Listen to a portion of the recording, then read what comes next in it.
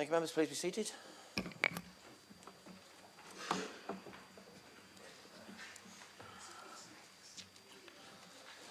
Splendid to see you all here. Welcome this afternoon.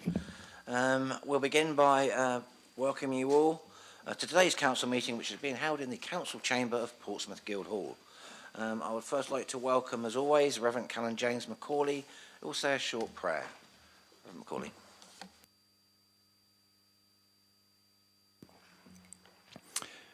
Let us pray. We ask the blessing of Almighty God on our city of Portsmouth and on all its people.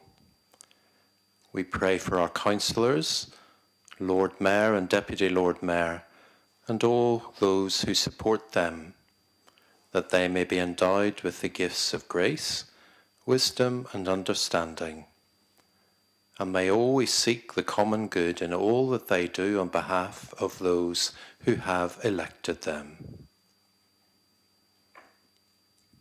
Let's pray together in the words that Jesus taught us. Our Father, who art in heaven, hallowed be thy name. Thy kingdom come, thy will be done on earth as it is in heaven. Give us this day our daily bread, and forgive us our trespasses, as we forgive those who trespass against us.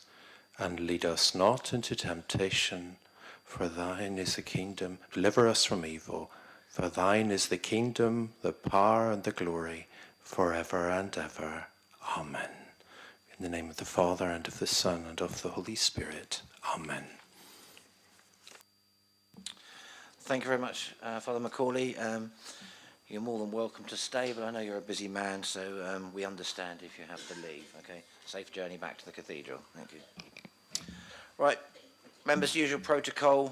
For the attention of those members of the public wishing to record proceedings, the council's rules prohibit the filming, photographing, or recording of members of the public, including those making deputations.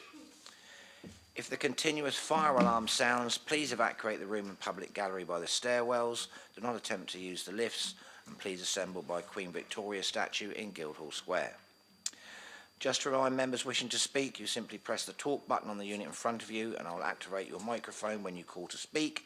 I'll also turn off your microphone once you have finished speaking. We now move to agenda item 1 of this council meeting, which is declarations of interest. Members, if you have any disclosable pecuniary interests or personal and prejudicial interests to declare in relation to any of the items on the agenda before us, can you please indicate?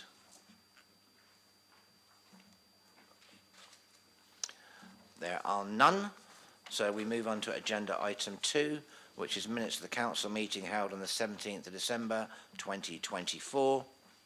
It's proposed by Councillor Steve Pitt and seconded by Councillor George Madgwick that the minutes of the ordinary council meeting held on the 17th of December 2024, previously circulated, be confirmed as a correct record. Are the minutes agreed? Thank you very much. Apologies for absence. I've just received one notification for absence, which is from Councillor Derek North, due to ill health, waiting a call back from his doctor, so let's hope Councillor North recovers, but it's noted for absence for today's meeting.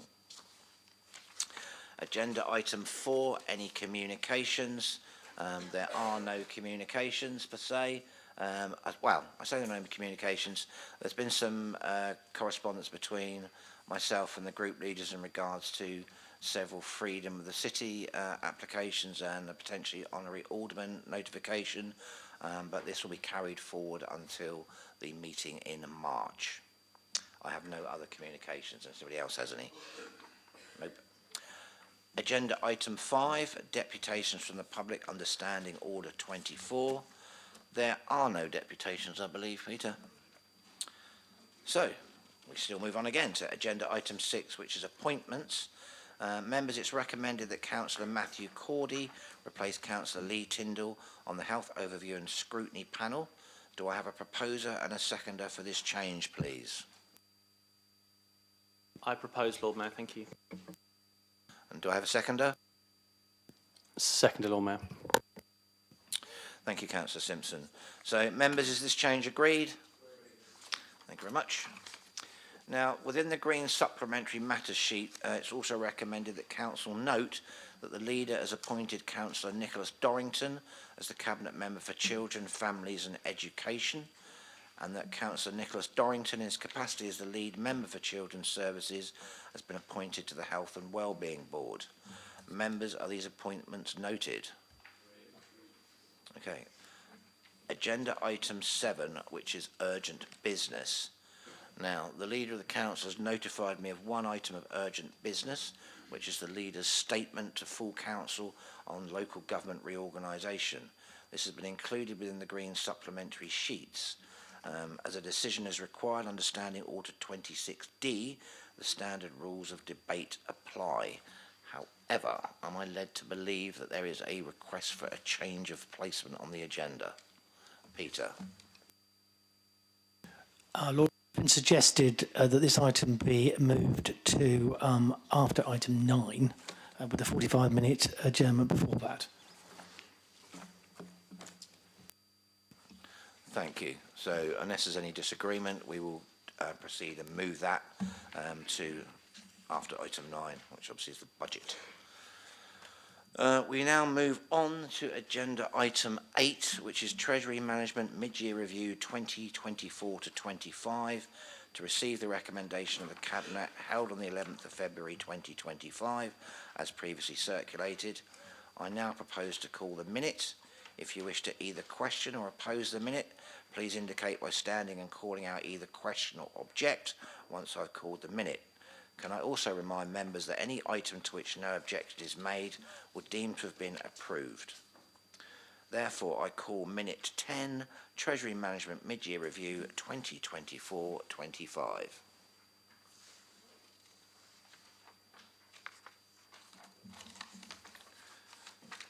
Okay, there is no objection to Cabinet Minute 10. We will move to the next item of business, which is item, this is item 9, to receive and consider the budget and council tax, medium-term budget forecast and capital strategy, recommendations of the Cabinet from its meeting held on the 11th of February 2025. Members, as previously circulated and recirculated in the Chamber today, within the green sheets are the recommendations of the Cabinet. The budget report was also previously circulated with the agenda for this meeting. Further to the letter sent in respect to the procedure for dealing with the budget debate, I will deal with the Cabinet's recommendations by calling out the minute number and pausing for any member objections. So, Cabinet Minute 11, Portsmouth City Council, Budget and Council Tax 2025-26, Medium-Term Budget Forecast 2026 to 27 to 2028-29, and Capital Strategy 2025-26 to 2034-35. Do we have any objections? Objection, Lord Mayor. The leader was very happy then for a moment. Okay, we have at least one objection then. So, as objections have been raised, I shall invite the Leader of the Council to move the Cabinet's recommendation. But before I do, just to remind members that the 6-minute speaking limit does not apply to group leaders on budget items. Leader, I will now call on you to move and speak to the Cabinet's recommendations.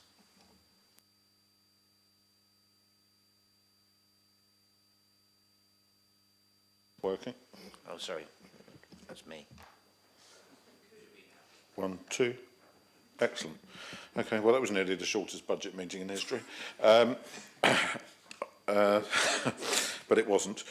Before we start, as a sort of tidying up thing, Chris Ward has asked me to draw your attention to a correction that needs to happen on page 12 of the report, where it says, under item 9, I believe, the first line says that a minimum savings requirement of £3 million for 2025-26 be set.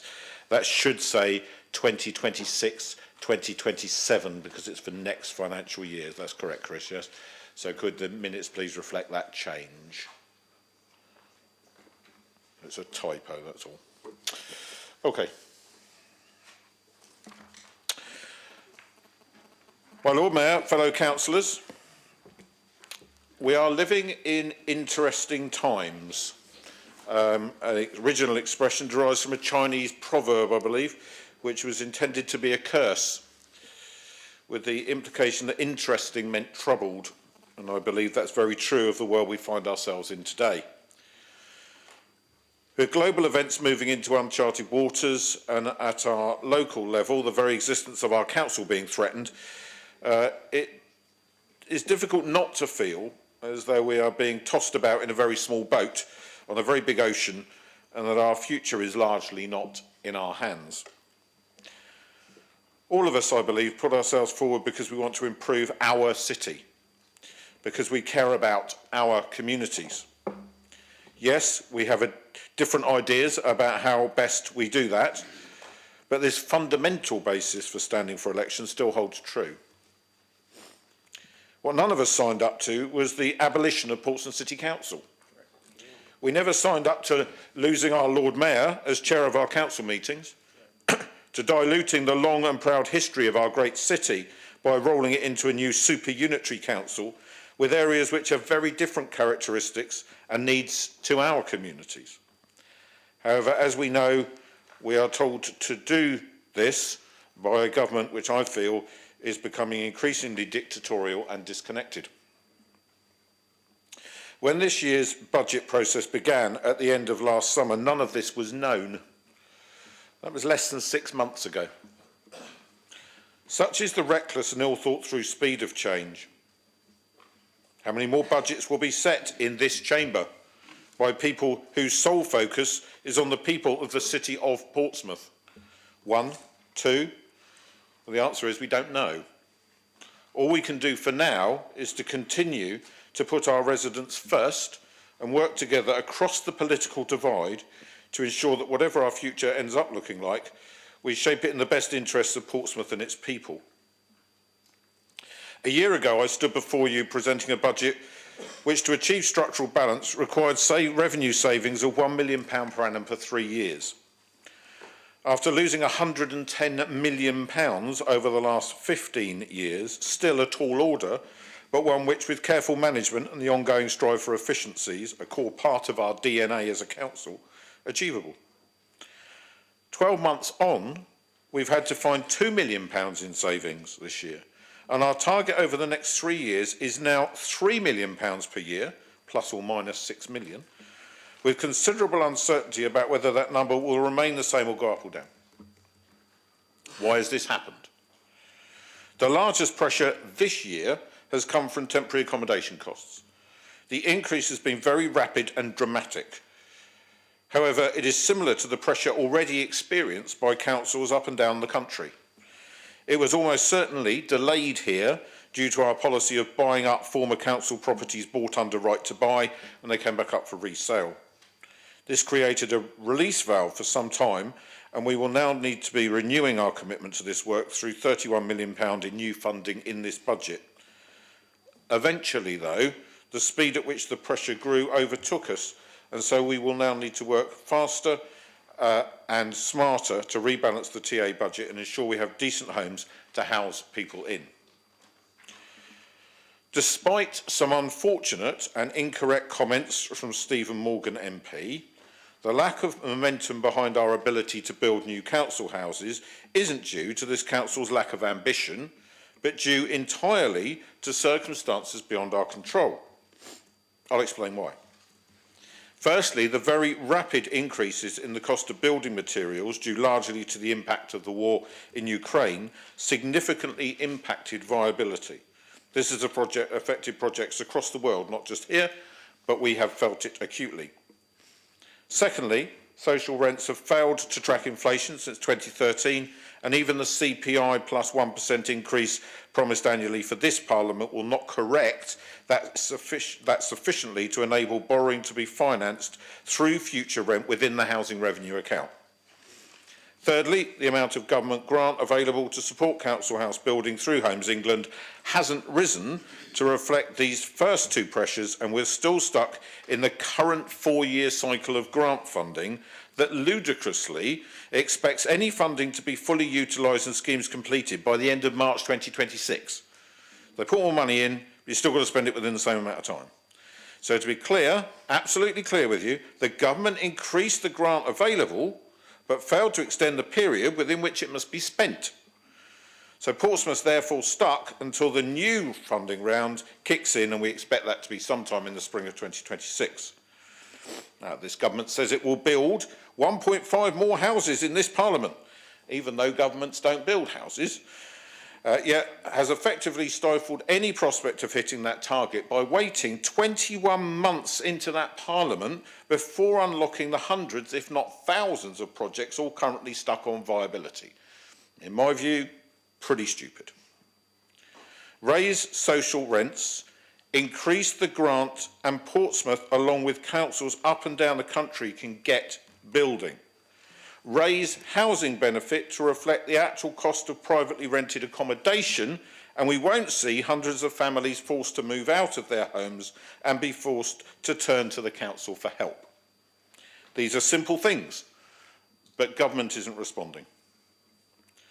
Social care, both adults and children's, continues to place huge pressure on our finances. The cost of care is going up, particularly for young people with complex needs, and the care market remains lacking in proper regulation to control prices. These are demand-led services. The council just doesn't get to say whether or not it will fund the need. It is legally required to, regardless of level or cost. Government isn't fixing it and has kicked the ball down the road, just like previous governments have, failing to address our broken social care system. Until they do, no amount of local government reorganisation will fix the problem because the system is broken. Everyone in local government agrees, regardless of party. Portsmouth has weathered the storm better than most, certainly better than Southampton and Hampshire. However, even Portsmouth cannot perform miracles, and the increasing need to make savings just to meet demand-led pressures will eventually break us. Rolling a massive chunk of Hampshire County Council's similar pressures into a new unitary council which includes PCC will accelerate our crisis and has the very real potential to leave the new unitary council bankrupt on day one. That's what happened in Somerset when the new council was £76 million overspent on its revenue budget as soon as it came into effect, something it's still struggling to recover from. We cannot allow that to happen here. It's important to note that the rise in employer national insurance and the national living wage introduced in the autumn statement coming into effect in April have placed significant additional pressure on this council's finances. The mitigation offered to councils fell significantly short of the true cost. The additional burden on business is leading to supplier costs increasing, and the impact on the voluntary sector, as we've discussed previously in this council, is £1.4 billion nationally, causing them huge pressure and again forcing them to increase their costs to PCC. Now, details of much of this are to be found, recommended reading, in section 1 of Chris Ward's budget report. In fact, his very first sentence reads, "The climate for local government generally continues to be one where the pace at which costs rise is not matched by the pace at which income and funding rise, creating an underlying structural imbalance within the overall financial system." It's not rocket science, is it? It's all very much a case of Rachel Reeves giveth and then Rachel Reeves taketh away, and some. So we know what our problems are. They're the same problems that councils face across the country. They need new funding to fix this, not local government reorganisation. LGR is potentially just a way to force councils in Hampshire to cut all their remaining non-statutory services and take the blame for doing so. It's actually cruel and dishonest and shows that government does not respect our residents or their right to decent and properly funded local services. Our fight continues, and we will see what the spending review brings. It's probably local government's very last chance to survive in the form we have known it, and national government must deliver. Despite everything, here in Portsmouth, we remain a viable and currently financially stable local authority, and we continue to push forward to deliver for local people. This budget is formulated to try to ease some of these pressures. In addition to the £31 million I've already referred to in borrowing to purchase more housing to address our TA crisis, we're investing in young people with special educational needs, delivering a new special school at the Amiga Centre, as well as having to intervene to help provide additional early years places, because this government has repeated the failure of the previous one to provide sufficient capital resources to actually create the additional spaces they have heralded. We're creating hundreds of thousands of new spaces. No, you're not. Local councils are doing that, and you haven't provided the money for it. Does this sound familiar? Indeed, there's a national crisis brewing in state education, with direct schools grants failing to sufficiently fund the rapid growth in need for high needs and early years. We await the government's plan to solve this. We are investing in our buildings to ensure they can remain operational and serve our communities, and our ongoing asset management work will help us to target our limited resources where most needed and most effective. We're completing our total £47 million investment across our leisure estate to ensure provision is fit for purpose. The new leisure centre build at Bransbury Park will commence later this year. The complete replacement of the original roof on Mountbatten Centre is nearing completion, and the Lido will reopen to celebrate its 90th anniversary. Combined with our schemes to refurbish outside courts and play parks on a rolling programme which commenced last year, this council is putting the health and well-being of all our residents front and centre. With the looming threat of LGR and the potential future demand for investment across a much larger portfolio of sites, this investment now has proved prudent and should help to future-proof our provision for years to come. We're continuing the process to replace the civic offices before they get to the point of no return and place huge demands on our resources. With LGR, some might question whether there will even be civic offices in the civic centre or whether the new council may decide to relocate them elsewhere. But even if that should happen, we need to deal with our existing building, and therefore officers have been instructed to develop plans that can be adapted later in the planning process if needed, perhaps to provide council housing instead, allowing the scheme to pivot if a future council decides to change the plan. There is no do-nothing option here. Similarly, we are continuing to invest to create the right platform for the City Centre North scheme to progress, whilst recognising that other partners and government investment will be required to fully realise the vision. We must be shovel-ready when the financial climate improves and grasp the opportunity to unlock thousands of new homes. With the new devolution plans, the City Centre North scheme is exactly the sort of project that we would expect to see infrastructure investments through the Mayor targeted to.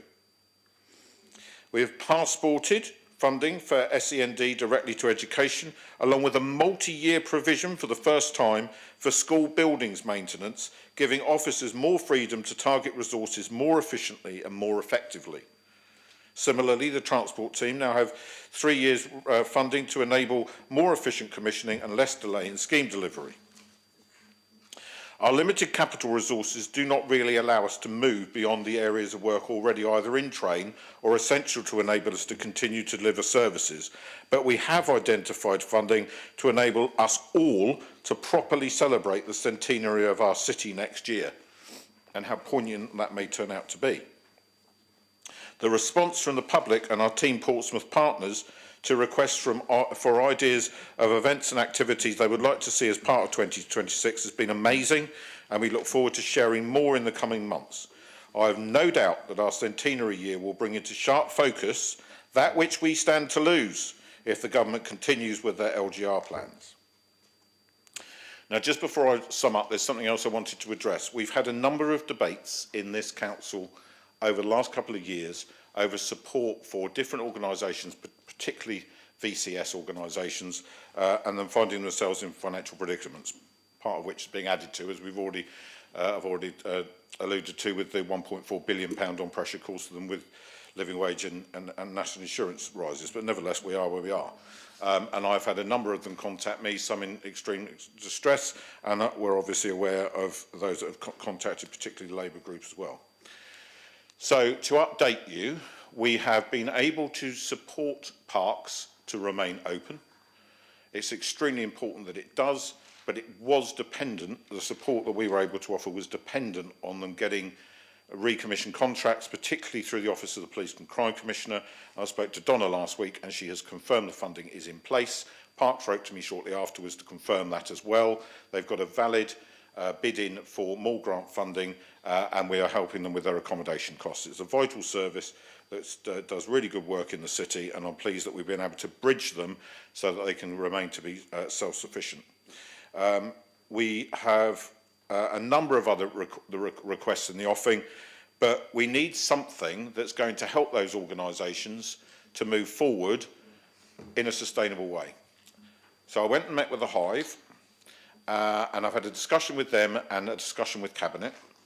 And what we've come up with is there was something, for those of you who are a bit long in the tooth, you might, at this council, you may remember that there was something called the Voluntary Sector Capacity and Transitioning Fund. I suspect it was named by Chris, because it's not really very trippy off the tongue, is it, Chris? And actually, that's probably one of its issues, but also it was the bit of money that was left in it, it had become quite onerous for any organisation to access it because the criteria is quite strict. So I want to simplify that. So I've worked with the Hive, who are also going to put a small sum of money towards it. So we'll have over £200,000 there. We'll look to see if we can top that up a bit more at the end of the year if there's any portfolio reserves available. But initially it's over £200,000. And what it'll be for is for any organisation that has a relationship with Portsmouth City Council, it doesn't need to be contractual, but we may refer into them and value them as a service, that they're not a duplication of another service that's already existing in the city, because that would be silly, but they also have a plan moving forward and that they have a valid funding bid already in, and that we may be able to provide a small amount of money to bridge them to the outcome of that funding bid. And when they put the funding bid in, that we can give them some match funding towards it. So what did we come up with this? Well, when we did it with the creative sector about 18 months ago, it meant that UK Shared Prosperity Fund money of about £34,000 turned into over £250,000 in grant money coming into the city by providing 10% match and letters of support from the council. Funding organisations like to see that a local authority has stood on the shoulder supporting a voluntary sector organisation that's bidding for money. It's something that ticks boxes in their criteria, and a letter of support really helps. Match funding definitely helps, and in a very competitive funding market, we need to do all we can to support our VCS to be in a stronger position to be able to secure that funding. So we're going to run this for a year as a pilot. The Hive will oversee it. They will make a recommendation to the council, and then it will be two directors of the council and myself and another cabinet member who review that recommendation, and then we'll report it back through the normal processes. We've been doing that with the cost of living pressure fund that the Hive had. It worked very successfully, and it helps few organisations survive with tiny bits of money, but just help them smooth themselves out when all the electric costs shot through the roof. We did it a few years ago, and that kind of ran its course. So, and it's definitely worked with the creative sector. So I'm extremely optimistic that there's a good chance that this will work too. And it's fair. It will mean that any voluntary sector organisation that meets the criteria will be able to apply, and the Hive will be supporting them and reviewing their bids when they go in to try and give everybody the best chance of success. So hopefully that will deal with an ongoing issue that we've all had heartstring moments with over the last couple of years, and trying and empower people to control their own destinies. Okay, so to conclude, for what may be the last time, without a new deal from government, we've delivered this year's savings with virtually no impact on the services our residents value, and we have not been forced, as both Hampshire and Southampton have, to go cap in hand to the government for emergency support, second year running for Southampton, nor have we sought to raise council tax beyond the amount expected by the government, as Hampshire was proposing to raise theirs by 15%. But next year will be significantly more challenging, and we do approach it with real trepidation. So in closing, I would invite all members to review the table at 11.2 in Chris Ward's report. and consider the implications if his worst case scenario comes to pass. Where would you find £14 million in savings over the next 3 years? It would mean the deletion of pretty much every single remaining non-statutory service that this council delivers. That's how important it is that we continue to make the case to government to properly fund local government. I'd like to thank the Cabinet, and I'm sure you're going to hear from some of them during the debate, for all their work in helping to pull this year's budget together, working with their directors and officers, and then collectively as a team. I'd like to thank the Chief Executive and the Section 151 officer and their teams for all their support too. And I'd like to thank the other group leaders for, we haven't agreed on everything this year in the way that we have previously managed to on occasion, but the discussions that we've had between ourselves have been cordial and respectful. From that I'm grateful. So I commend this budget to the Council. Thank you, Leader. Do I have a seconder for that? I formally second and reserve my right to speak later. Thank you, Councillor Sanders. I now call upon the Leader of the Opposition, Councillor George Madrick, to respond. Any amendments will need to be proposed and seconded and then given to me in writing before the amendment is discussed further or put to the meeting. Councillor Madrick. I'd like to propose an amendment, Lord Mayor. Thank you. Can I have that circulated, please?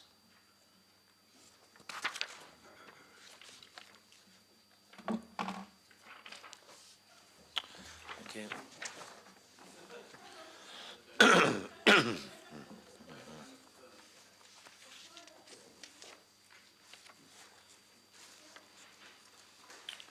I'll just give a few seconds for that to be circulated around the chamber.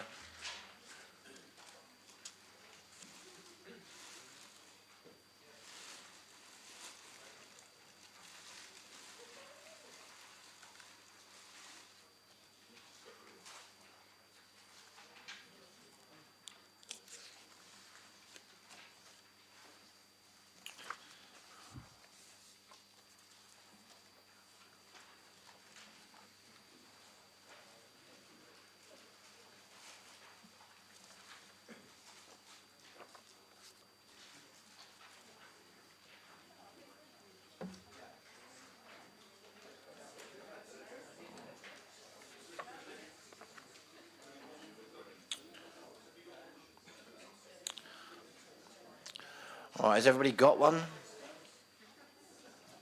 No? Okay.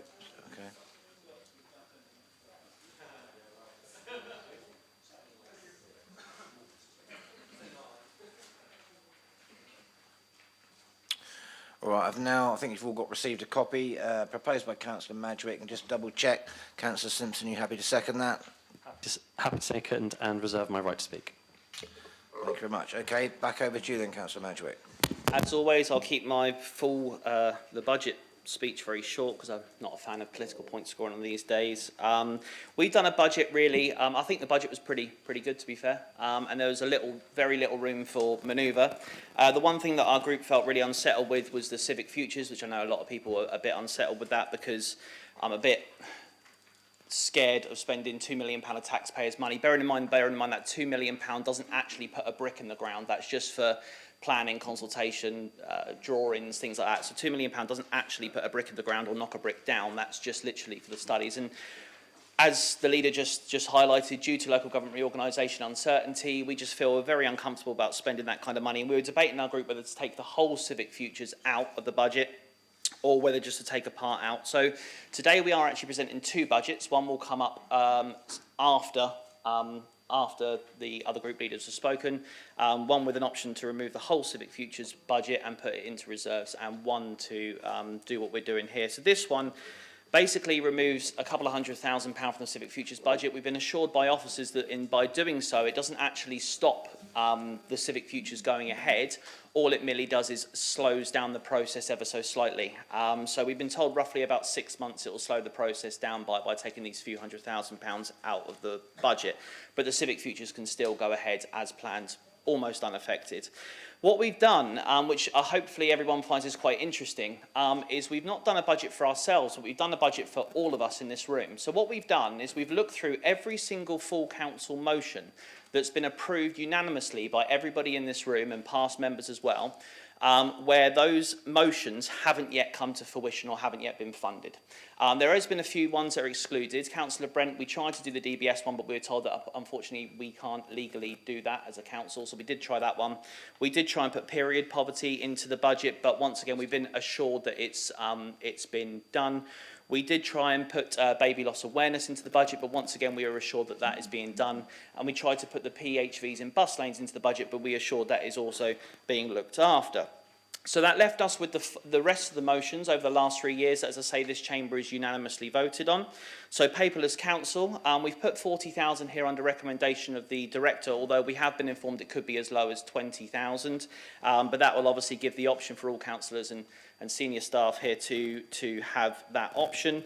We looked at Councillor Benedict Swan's motion about local produce and seeing how we can support local produce suppliers. So we've done that in two methods. We've done that by providing 2 pages of the flagship magazine for the next year for local produce people to bid for, to go in there free of charge, essentially. And to do that, they would have to be connected to Portsmouth or be based in Portsmouth, and it'll only be for local independent traders to support our local tradespeople. Equally, I don't know how other people feel, but I always find it really embarrassing when we have dignitaries come over to this country and meet our Lord Mayor and we provide them with a pin badge and a few little gifts. I think that's quite embarrassing. I've been at a few ones, certainly with Councillor Hugh Mason when the Lord Mayor of Halifax come over and he presented us with lots of gifts. And I think that we should do that. And once again, that would support local produce by allowing the Lord Mayor to have a selection of hampers that literally stocks local produce and local product that we can be proud of our city and our suppliers and explore them to the world. Moving on from that, we've looked at the Women's Hub. I think that was a motion put through either by Councillor Gerrard or Councillor Vallely, but the Women's Hub to supply Women's Hub services for domestic violence people. And that's been funded via a grant funding that can be bid on by current providers of similar services. And that's a 2-year service at $25,000 a year. The community wardens, as we know, is something that our party have fought for since the minute I walked into this council. And the idea of these community wardens is a 18-month temporary contract. There'll be 2 wardens that work remotely. And that's our idea. Obviously, we'll have to speak to the cabinet member to do it. But the idea is they work remotely and they work from different wards in the north of the city. So, for example, they could do Cosham on a Monday, they could do Nelson on a Tuesday, Paulsgrove on a Wednesday, etc., Baffins on a Thursday, so on and so forth. But they're dedicated to the north of the city and they're proactive, not reactive. And that's the key point. And we funded that for 18 months because after 12 months, we could quite safely say that there'll be some data that we could pull from that to see whether it has made an improvement to the local communities and to our local residents and whether we could look at funding moving forward for that. Once again, another Labour motion, the promotion of Portsmouth females in sport. I definitely think that was Councillor Vallely's, and we have provided £10,000 in year 1 and £10,000 in year 2 to fund local females that want to get into sports, where local clubs and local sports people can apply for funding to support females so that they can have free access to sports in our city and to encourage more females into sport. And finally, obviously, the boxing club. I don't know if people know that there's been in Paulsgrove, there's been a little bit of an issue recently with the boxing club and their structure. And obviously, because the Paulsgrove Community Centre has come into its end of life, there is a current plan, which I appreciate Councillor Sanders giving a briefing to us ward councillors the other day on the future of Paulsgrove's Community Centre. That was really appreciative and it sounds very exciting. However, in the interim, the building is bad. There's a gable wall that's basically stressed and everything's having to come off the wall. The issue is with that is that it does provide sports 5 days a week to some of the most vulnerable children, not just in Paulsgrove, but across Cosham, Wimmera and Drayton and Farlington, Hilsey, Nelson and Copner as well, I believe he said, and there would be up to 600 children affected if that had to close or lower its services. And we've been told by our officers that they need a new structural place in there to remove the things off the wall and create a freestand in there so that it can keep running. So that's why we've added that in. So hopefully our budget isn't too contentious. As I say, we've tried to do it really cross-party. We've tried to basically, I think my gripe and some of our gripes have always been that motions never tie the hands of anything. So we always say, oh, we support this, we recommend this, we like this, it sounds like, but some of them never actually end up happening through budget pressures. So we basically tried to address that today to basically wrap up the last 3 years since 2022, and every single motion, as I say, that we've approved unanimously as a council is funded through that. So that's what our budget is today. I can see Simon with about 20 pages of speech, which I'm really excited for, but that's our budget. And I commend this, 24 pages, sorry. But that's our budget. I hope members like it, and that's all. Thank you. Thank you, Councillor Madgwick. I now move on to Councillor Gerarda, leader of the Labour Group. Do you have any amendments that you wish to put forward? Oh, sorry, hang on. My Lord Mayor. Okay, can I ask for those amendments to be, that amendment to be now circulated? Again.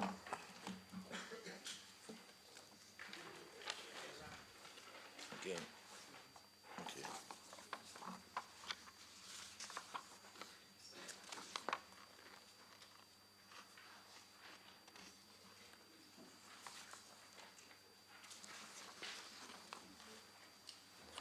Again, members, I'll just allow a couple of minutes for those to be distributed amongst you all. I notice that the amendment is seconded by Councillor Heaney. Councillor Heaney, can I just have your confirmation you're happy to do so? Yes, Lord Mayor, happy to second. Thank you very much.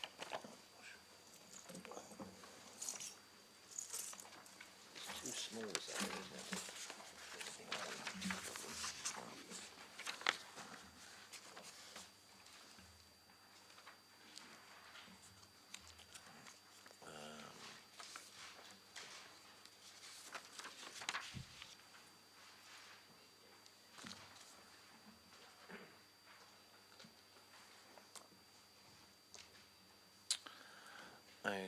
Okay, Councillor Gerarda, the floor is yours. Thank you, my Lord Mayor. I'm not really sure how to follow Councillor Madgwick on that one. That was, yeah, an interesting turn out for the books. But anyway, thank you. So I want to start by saying two things, which I think probably everyone in this room agrees with. The first is that politics is very hard, particularly if you're about getting things right. And secondly, the country is facing huge challenges which are decades in the making and will take years to solve. So I want to start by highlighting two major things that the Labour government has got right in its first year. These are big, important things that shouldn't be taken for granted. The first is that NHS waiting lists have dramatically fallen, with 2 million extra NHS appointments coming online. We've decisively turned a corner on an issue that matters most to all of our voters. Second, the industrial action and strikes, which became increasingly common following the years of COVID, they've stopped, and you might have noticed. From schools to rail transport and nurses, these were having a massive impact on Britain's ability to do quite basic things. And if Labour can do two more like this each year for the rest of its parliamentary term, then I think this country will be on a much more sound footing. There's also been progress for local government too, and I'll raise three things. Firstly, the 6.8% increase in council's core spending power. This is a step in the right direction, and it shows commitment to reversing underinvestment and austerity in local government since 2010. Central government grants have been cut in real terms since 40% since 2010, and giving local authorities like Portsmouth adequate resources is going to take time. And in 2026 to 2027, the government will provide the first multi-year settlements in a decade, as well as taking action where the Tories failed, delivering on the fair funding review so that every pound of taxpayers' money is directed where it is needed the most. Second, there have been other additional funds that the government has provided specifically for Portsmouth. 5.7 million of additional funding to tackle homelessness, 2.7 million to repair roads and fix potholes, 20 million to improve health outcomes, a 6.6% increase in police funding in Hampshire, and the purchasing of 448 military homes in Portsmouth to improve housing for forces families and to save taxpayers billions of pounds. So these are just some of the ways that our council and residents have benefited by the investment by the Labour government. And obviously, thirdly, something that's a hot topic at the moment, obviously the devolution deal as well. It's ambitious and will offer greater stability and economies of scale at the level of local government, allowing us to provide better services. But the fruits of this will be apparent relatively quickly, one hopes. But the reality is a change like this, if done well, will yield benefits for decades, if not longer. But turning back to our council's budget today, council tax is increasing by 4.99% this year. This is far lower than many other authorities in the UK. And in the UK, wage growth was 5.3%. So the increase is below current wage growth levels. This position is the result of sound decisions made of people of all parties over many decades. Authorities elsewhere, for a range of reasons, are in dire straits, but it's a credit to various administrations over the years that this certainly is not the case here in Portsmouth. There are issues that all of us care about in this room, grievances even, but these can be remedied through different choices over a few years. Authorities elsewhere are not in that situation, and I, as well as I'm sure others, are grateful for that. Now, speaking as the leader of the Labour Group, we are proud to put forward our budget amendment to fund several important initiatives for the city. So firstly, in terms of road safety measures, we are requesting funds for bollards outside the Lawrence Arms and the Neil Gwyn pubs.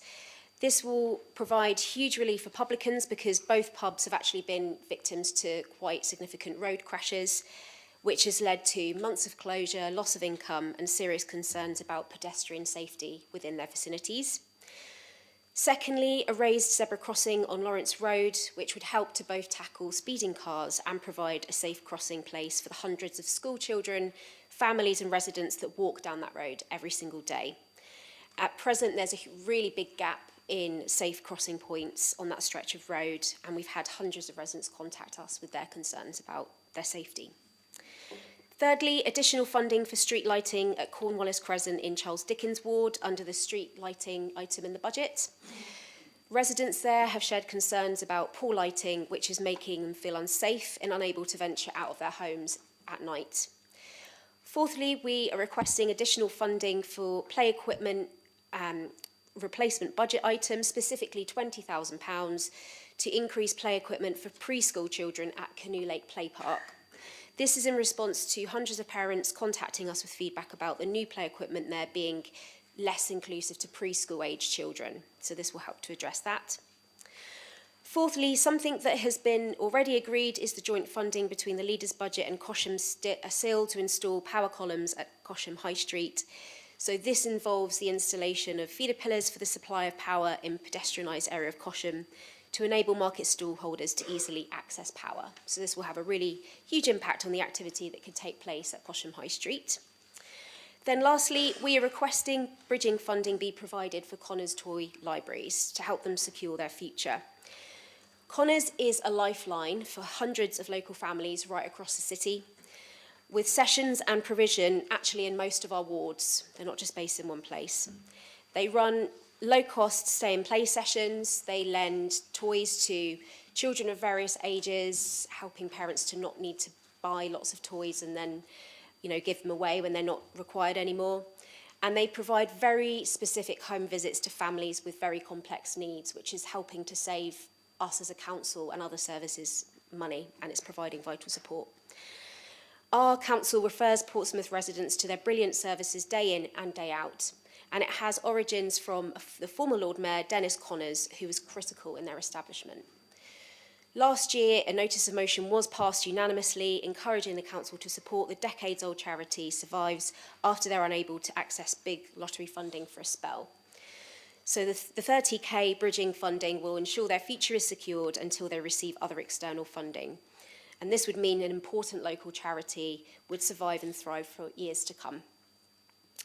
I'd like to take this opportunity to thank the leader of the council for his collaborative approach to involving all parties in the development of this budget, and also to agree to the request to allow us more time to scrutinise the budget. And I think it's definitely worked a lot better this year. So I want to place on record our thanks to him. I want to also thank our Chief Financial Officer for all his work on this year's budget. With his oversight and prudence, we're in a strong position despite the many and significant pressures our council is facing. So we want, again, to place on record our thanks to him and his team, as well as the Chief Executive and all the council officers that have worked hard to get this balanced budget.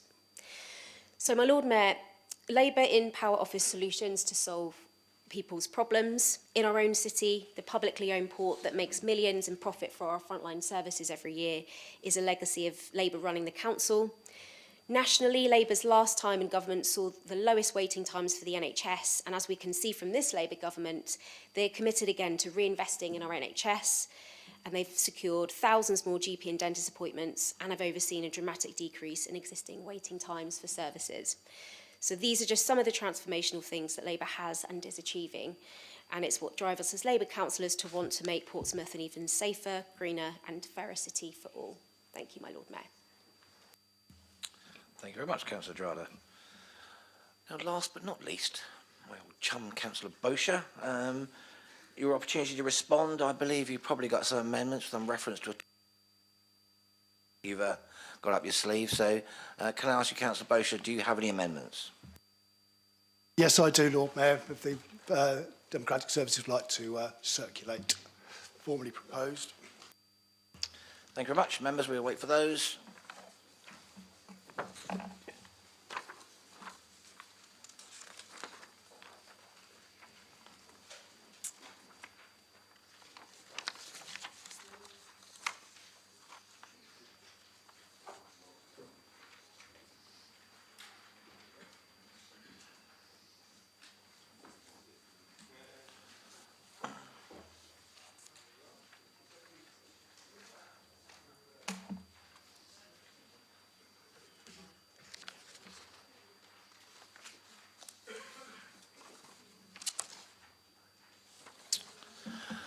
As per previous confirmations, I note this has been seconded by Councillor Benedict Swan. Councillor Swan, are you happy to confirm that you're happy to second?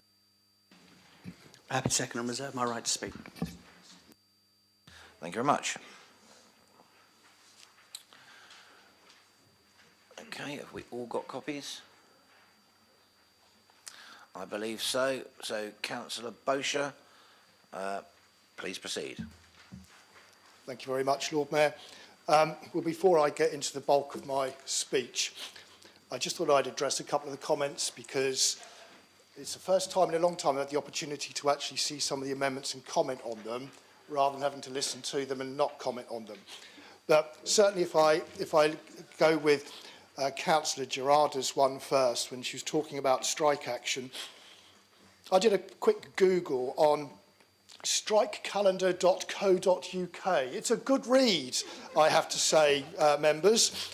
Well, I already knew, because I have to go to London, that ASLEF are on strike in London starting this coming Sunday. Birmingham Refuse are striking starting today. And the Border Force are planning strikes, 23 dates, in fact, later this year. But it's a good read for anybody that's a bit of a nerd with these sorts of things to actually see where Councillor Gerardo is actually factually wrong about strikes. And secondly, I will just touch on Councillor Madgwick's amendment, if I can. Interesting stuff you've got there in your one, Councillor Madgwick. But I have a couple of minor issues there. You know, with 7 wards in the north of the city and 2 working each ward as they go around the city. So clearly they're going to be working 7 days a week, are the community wardens. And actually, I'd be very interested in the funding for the Lord Mayor to provide visiting dignitaries with a local produce package to celebrate Portsmouth businesses. It will be interesting to see what that package actually consists of, because local produce to me is local fruit, veg and that sort of thing. But actually, Great Britain is not part of the EU, so actually some of those produce would have to get customs clearance before they could do that. So I would suggest to the Lord Mayor that in future, if you are going to present something to the Mayor of Caen, you factor in who's having to wait at the border post to get custom clearance for whatever goods you're actually going to be providing him with. Interesting, be interested to see how that one takes that. But it's one of those things where you sort of need to think through the consequences of what you're actually putting forward. But interestingly, some of the rest of it I don't necessarily disagree with.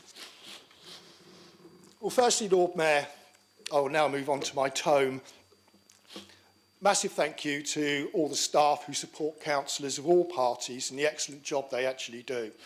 And in particular at this time, it's right that we thank Chris Ward and his team for their support in creating not only the Conservative budget, but also developing a budget in the wake of the Labour government's impact on our city finances. Lord Mayor, let me take you back to the general election last year when Keir Starmer wanted your vote. Not yours specifically, because I appreciate that you voted for Penny.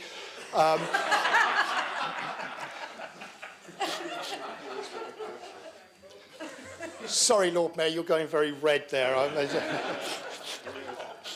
But he said, and I quote, "We need to be clear about council tax.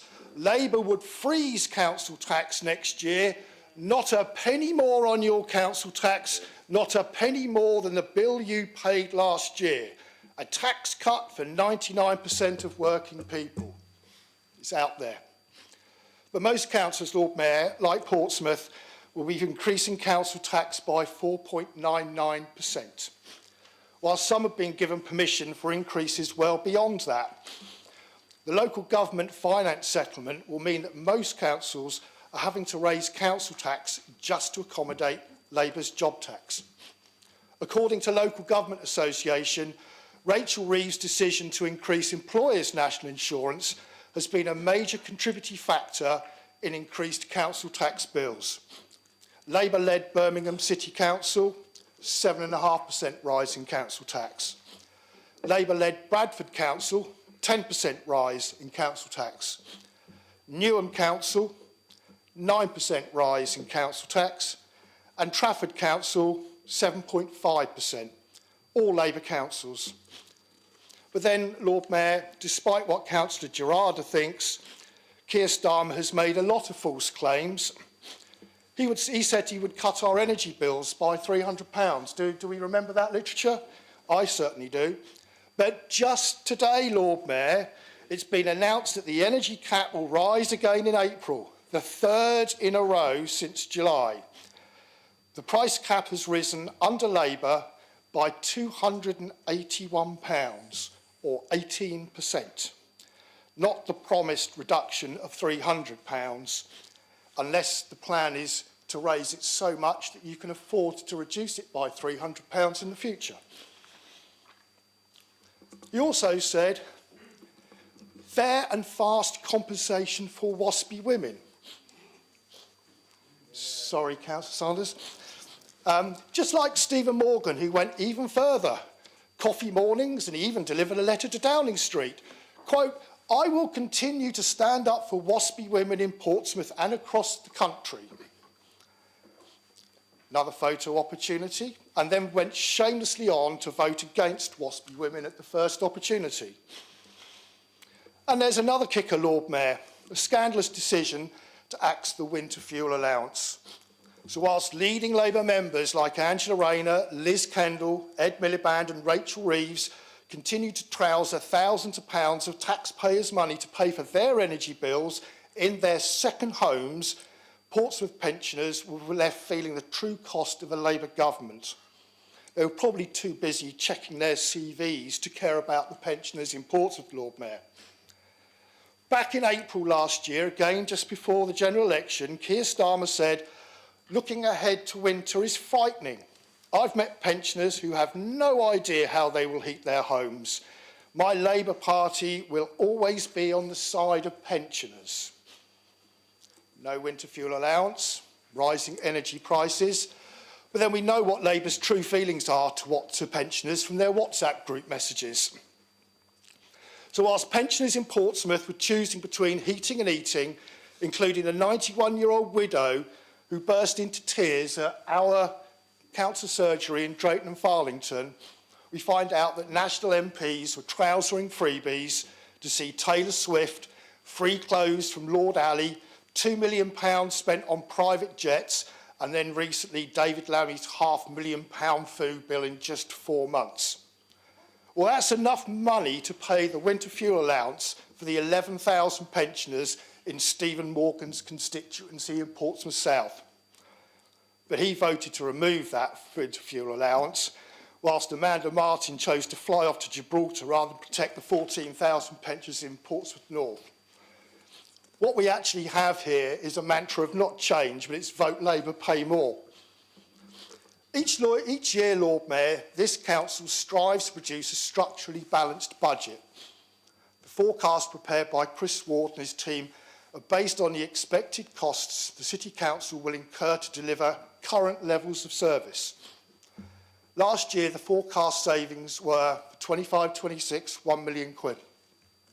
26-27, again £1 million. And 27-28, another £1 million. But since the Labour budget, those figures have had to be revised. 25-26 is now £2 million. 26-27, £2 million. 27-28, £3 million. And 28-29, another £3 million. Where's that money going to come from? The majority of those additional pressures can be directly attributed to the pressures on adult social services and children's social care, but also to the hike in employers' national insurance, an unnecessary act by Rachel from Accounts. This Labour government has not fully compensated this authority for that rise in employers' national insurance. There's a £1.3 million gap ongoing, and that does not include for external contractors who have not been compensated and will no doubt seek to pass those costs on to this City Council. And that doesn't even begin to factor in the costs of local government reorganisation, and no doubt we'll touch on that later today. But the more you look into this reorganisation, the more unanticipated costs you can find, let alone potentially pick up the budget deficits from other neighbouring authorities. The impact on reorganisation, coupled with Labour's assault on the working people, will potentially have a devastating impact on our ability to deliver services to our residents. This council, as the leader has already mentioned, faces bankruptcy on day one of a new super authority. Lord Mayor, we may have a budget imbalance before us today, but it is not structurally balanced. In order to make this budget structurally balanced, the council tax would need to rise by 10%, not the 4.99 we are faced with, and certainly not the 0% promised by Keir Starmer last year. Lord Mayor, we've looked at the budget closely, and unfortunately the impact of the Labour budget does not provide much to offer comfort to our residents. We are asking them to pay more to just maintain the line, whilst they are struggling to pay for increased energy bills and face job uncertainty as employment rates rise. Our amendment, Lord Mayor, seeks to address ongoing local issues. In reality, there isn't much to play with in this budget. We are looking at road safety issues in Cotner and Anchorage Park. Road safety should always be welcomed, and to that end, we're seeking 112,000 for speed reduction measures in Sywell Crescent, which has so long been a black spot for local residents. Part of Kenyon Road, for some explicable reason, has been missed off and requires urgent resurfacing. Transport officers estimate this cost should be £50,000. Both of our schemes have been costed, and we propose to take this money from the Civic Futures budget. The Civic Futures funding is for the civic offices. However, with the local government reorganisation being imposed on us by Angela Rayner, there is clear uncertainty on the future of all PCC buildings. Will we need it? Will we even need this building for council meetings in the future? But so probably it's better to hold fire a little bit at the moment until we know what's happening going forward. But from what I'm hearing from the leader, Even the civil service in London don't seem to have a clue about the reorganisation, and both Angela Rayner and Jim McMahon can't be bothered to reply to the leaders' letters. So what chance do we actually have of being able to financially plan for our future? I would, however, like to offer my thanks to the leader. He has listened to us on several concerns we have had and has found support from other sources. Parks plays a vital service supporting victims and survivors of sexual violence or domestic abuse and was facing financial uncertainty. That uncertainty has now been addressed for the current financial year. Drayton Park, like other parks in the North City, requires improvements to the equipment we're in. So I'm pleased to see that it's been added to the programme of improvements for the coming year and that our requests for Gatland Park are also being listened to. Lord Mayor, this is a much tougher budget than it should have been, all entirely due to the Labour government, and I formally propose my Conservative amendment to the City Council budget 2024-2025 to the Chamber. Thank you. Thank you, Councillor Bosher. Right, we've heard from all four leaders of the respective groups now. Members, can I ask, are there any further amendments anybody wishes to table at this point? No. Okay. Oh, there is. Oh, yeah. Councillor Tyndall? Yes, please, Lord Mayor, and reserve the right to speak. Okay, can I ask for that to now be circulated?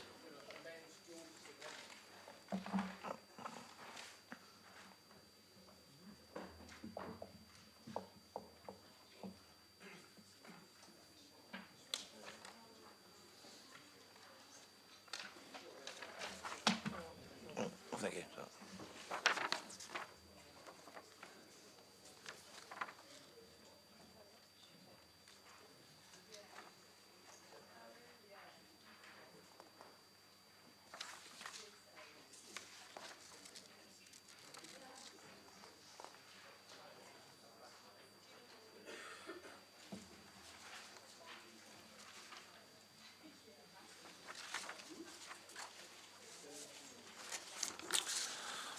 While waiting for that to be circulated, I notice this has been seconded by Councillor Brian Madrick. Councillor Brian Madrick, are you happy to second? Yes, I am. Thank you. Thank you very much.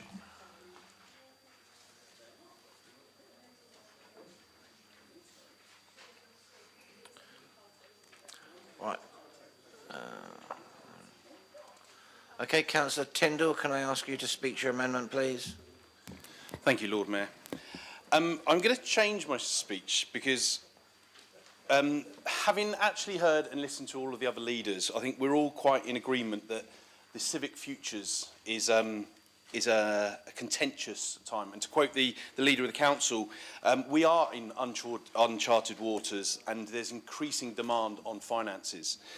So with regards to that, when we're looking at the civic futures funds, and how obviously we subsue what Councillor Madrick has already said, I'm saying that we need to actually just take a little bit of a step back and let's look at see what happens in the future and put that money away into reserves so that we can access it. It's a delay, yes, but it's not wasting the money at the time. It's taking that time to make sure that we are financially stable. And when it comes to it, we can actually use that money for, as the leader said, possible council housing, etc. But as Councillor Madrick said, is that money is not going to put anything in the ground. It's not going to make any changes. It is not going to do anything other than plans, drawings, etc. Now, I was elected because I have our constituents' priorities. And I don't think that this is going to impact them in the hard, unstable times that we actually have. And that we can actually use that money a lot wiser and more prudent with that. The council has a bad record of projects that have cost a lot of money to get through and wasted a lot of money and never actually achieved anything on the ground. That is going to benefit residents of Portsmouth. The leader said, do nothing is not an option. I actually think it is an option. It's a do nothing now, put the money away, let's see what happens, let's see what happens with the local government reform, and then use that money wisely so that we get good value from our residents for their increased council taxes and not just waste it on bits of paper, drawings that go through in the future.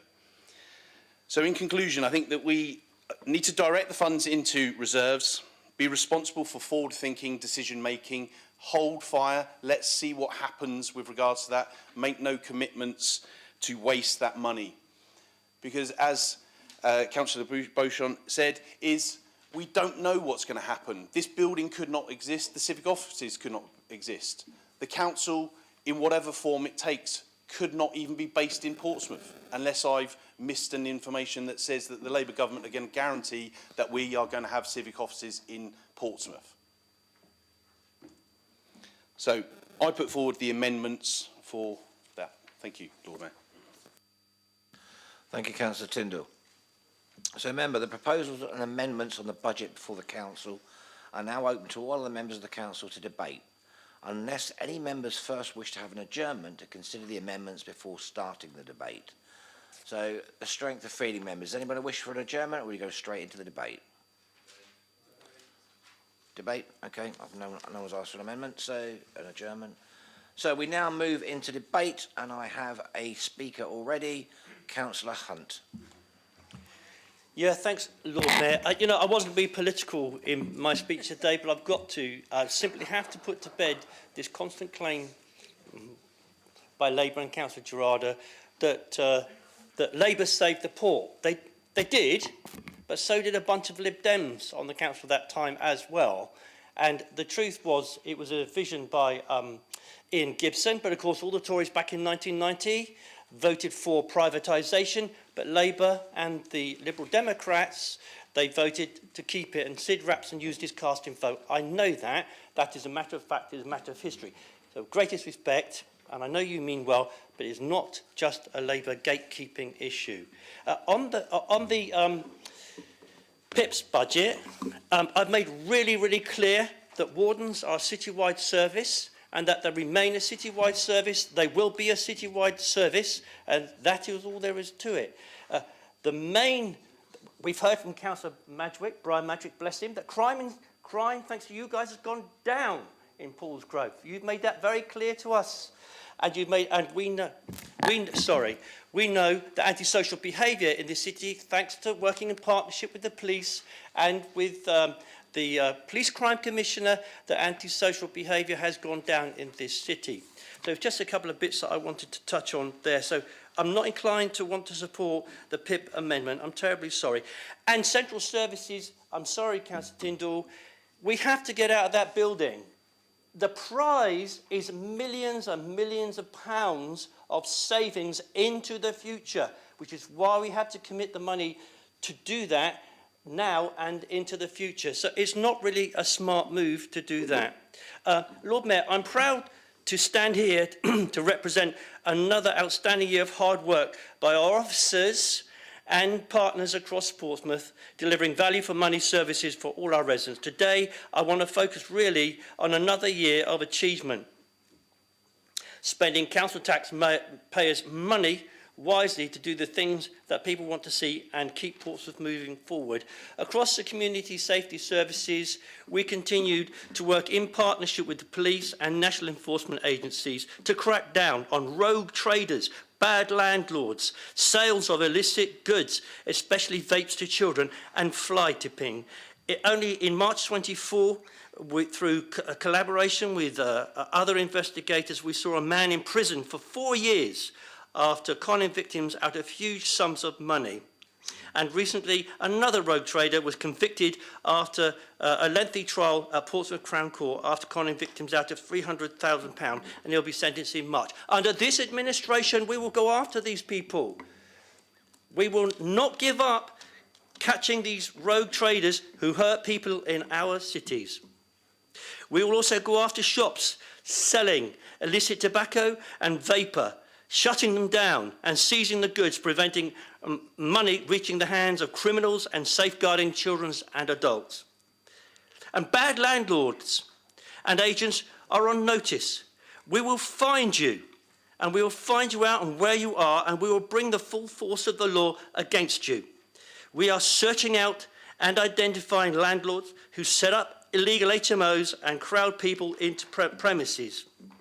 And only recently secured a conviction at Portsmouth Crown Court of a director of a company who admitted multiple offences, including managing unlicensed houses in multiple occupancy. And that man was fined £19,750 and sentenced to 200 hours community service. And the agents were also handed hefty fines as well. Now those sort of services, those sorts of results come from careful planning and budgeting in this council, making the money available to our services. So let me be clear that we will use monies allocated to us in this budget to find HMOs operating without planning permission or proper licensing, and we will not flinch from safeguarding tenants and neighbours alike. And on fly tipping, monies in this budget will follow on from previous years, enabling us to support our growing network of safeguarding cameras. And since the network has been in place, police have utilised it to gather evidence in over 51,000 incidents. Councillor Dare and I recently saw how effective our control room and its staff are vigilant when we stayed an evening there with them. Equally, our community wardens work across services, utilising our growing number of highly effective mobile cameras to detect and track down those who flight it. This is one of the things that annoyed residents the most. And we will use the money in this budget to fund our effective wardens and CCTV service to increase training so that more offenders will be caught. And I can tell you, last year, £60,000 of fines were handed out to people who flight it or throw down rubbish. One example was where a woman dumped her rubbish under the gaze of a recording mobile camera.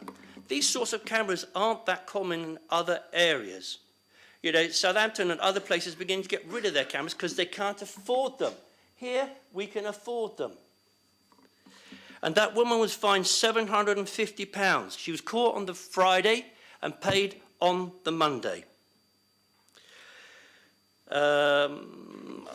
So I've asked officers to intensify their efforts and to catch more offenders, and more will be caught. And you will have seen a £50,000 fine plus costs handed to Powers Court Property Limited for failing to clear up rubbish in and around a house in Powers Court Road. Councillor Hunt, can I ask you to finish, please? You're Sure. out of time. I'll quickly touch on parks, if I may, because the unauthorised encampments are down 50%, utilising money in the budget from last year. Sorry, Lee, you're out of time. Oh, I I'm beg your afraid. pardon. Sorry, I didn't hear the buzzer. I didn't hear it. I okay. beg your pardon. It did go off. All right, yeah, I'm sure it did. If Twice. anybody wants any more information, mail me. Okay. Right, okay. Come on, where are you? Surely there are no other speakers. No one else has indicated they wanted to speak. Oh, gosh. Okay, right, okay. Councillor Sanders, you're next. Can I remind you? 6 minutes. 6 minutes, Councillor Sanders. I'll stick at 5 minutes 40. Thank you, my Lord Mayor. Before I begin, I just wanted formally to thank you, the Lady Mayoress, and all the other friends and colleagues who have sent me cards, best wishes, and even hugs on the death of my mother. It is truly humbling, and I'm frankly more grateful than any of you will ever know. Coming back to the debate today, on the amendments, I shall say only that I'm sorry that Labour in government chose not to back us and fund Connor's Toy Library. To our PIP colleagues, I say only that we can reduce the use of paper at council already. Join me and just say no to it. But as far as the budget as a whole is concerned, given to me by one of your councillors and by the Democratic Services officers, I do welcome this budget then. Unlike Conservative Hampshire, we don't need a 15% rise in council tax.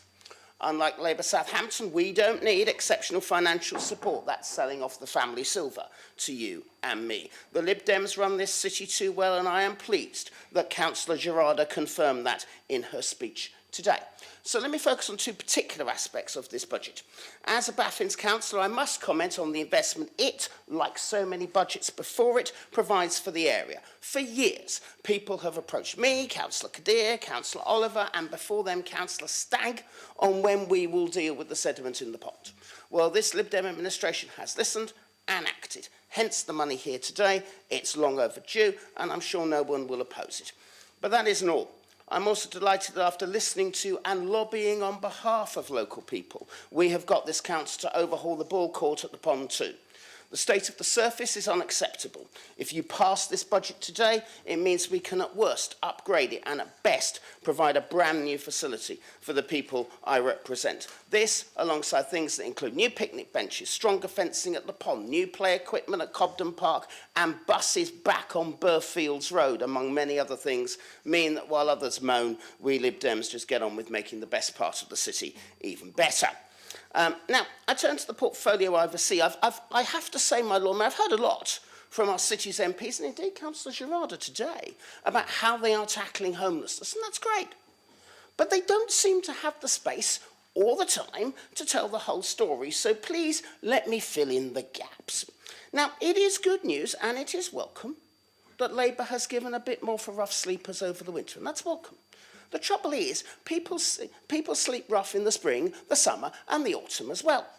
And so it is strange that Labour has forgotten to say that it is not giving this city a penny more than the Tories to help get our rough sleepers, what it calls non-priority homeless, what it calls not a statutory service, off the streets all year round. Not one penny. This leaves us nearly £400,000 short of what we need to provide the service they deserve, thanks to Rachel Reeves's rise in national insurance. That's money that has to be made up by Portsmouth Council taxpayers, and it is not simply right. So given this, we ask government today to guarantee money specifically for rough sleepers in our city for the rest of this Parliament. And we also call on our MPs to help us achieve that. My door is always open. To misquote secret agent Liz Truss, not doing that would be a disgrace. This administration, though, will not leave them behind. That is why it is creating a better hub for them. That is why it is looking at making the service even better. It's that care that means rough sleeping in this city is going down. Some politicians may run down the help this city offers. We strive to make it better. And so I turn to the other homeless, the ones Labour calls a priority. Now, Labour has talked today about the £5.7 million it's given this city to help them. And I've said before, I welcome the extra investment promised in the budget, and I do, and we do as an administration. However, Labour has, how can I put this, sexed it up. It forgot to mention that the last Tory government is giving us £4.5 million to tackle homelessness right now in this financial year.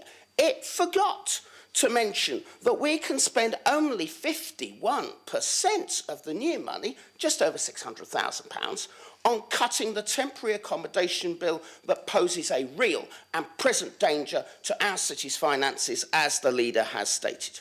Therefore, given that Labour doesn't seem to have the ambition our homeless deserve, we do. £31,280,000 of ambition, to be exact, all to acquire 1 and 2 bedroom units over the next 2 years. 26 times more than Labour's extra cash. The biggest investment in homelessness in this city ever, discussed on the very day that Labour has chosen to slash the overseas aid budget. And that is the difference between us and this government, this changed Labour government. They stick to Thatcherite principles of watching the pennies now. That's why today they've slashed the overseas aid budget, even though they know that investing in it now means you'll save money later. We prefer that approach of the Keynesian route, because you will save even more money later. In this case, with this policy, £6 million worth of more every year. Now, local councils of all stripes, as the leader has said, face real challenges. Instead of setting us free to do what is best for our areas, as Angela Rayner's team says it wants, Rachel Reeves' Treasury wants to nanny us down the blind alleys of the past and put a gun to our heads if we say no. Now, we know there's a lot we do not know about the future of this city, but whatever it is, this administration will carry on fighting for a brighter tomorrow, and it's in that spirit that I support this budget. Thank you. Thank you, Councillor Sanders. Councillor Horton.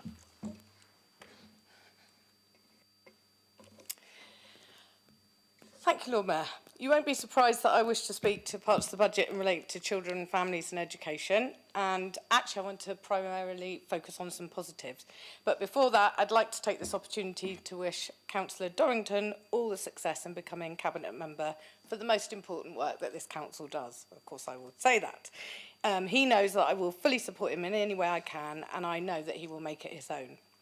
I'd also like to take this opportunity to thank a few people. First, Cabinet members over the nearly 7 years I was in this post, for listening, for understanding and supporting, and for prioritising this work.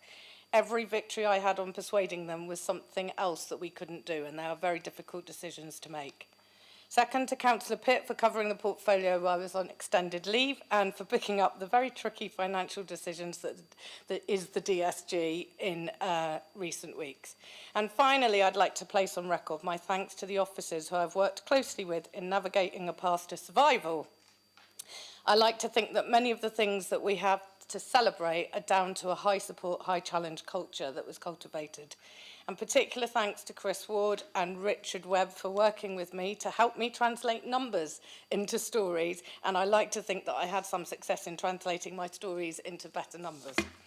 Anyway, there is so much to celebrate, much of which is reflected in these budget papers. The investment in mainstream school places, the fact that we have creative and innovative ways of doing that. We work with in-house architects. We add enhanced spaces for eating, drama, technology in our schools to enable and free up classroom space to be developed.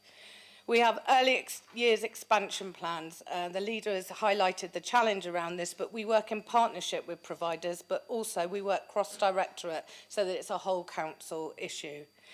Foster carer support and home adaptation so that valuable foster carers are able to create a home for more children and we can keep them in our city. A refreshed care experience offer, more cross-directorate working and purchasing and providing houses so that the leaving home experience of the children that we care for is what we would want for our own. But the biggest challenge in many ways reflects some of the biggest successes in the city, and that is the world of special educational needs and disability. We've got a good story to tell in Portsmouth, despite the current national context of doom and gloom.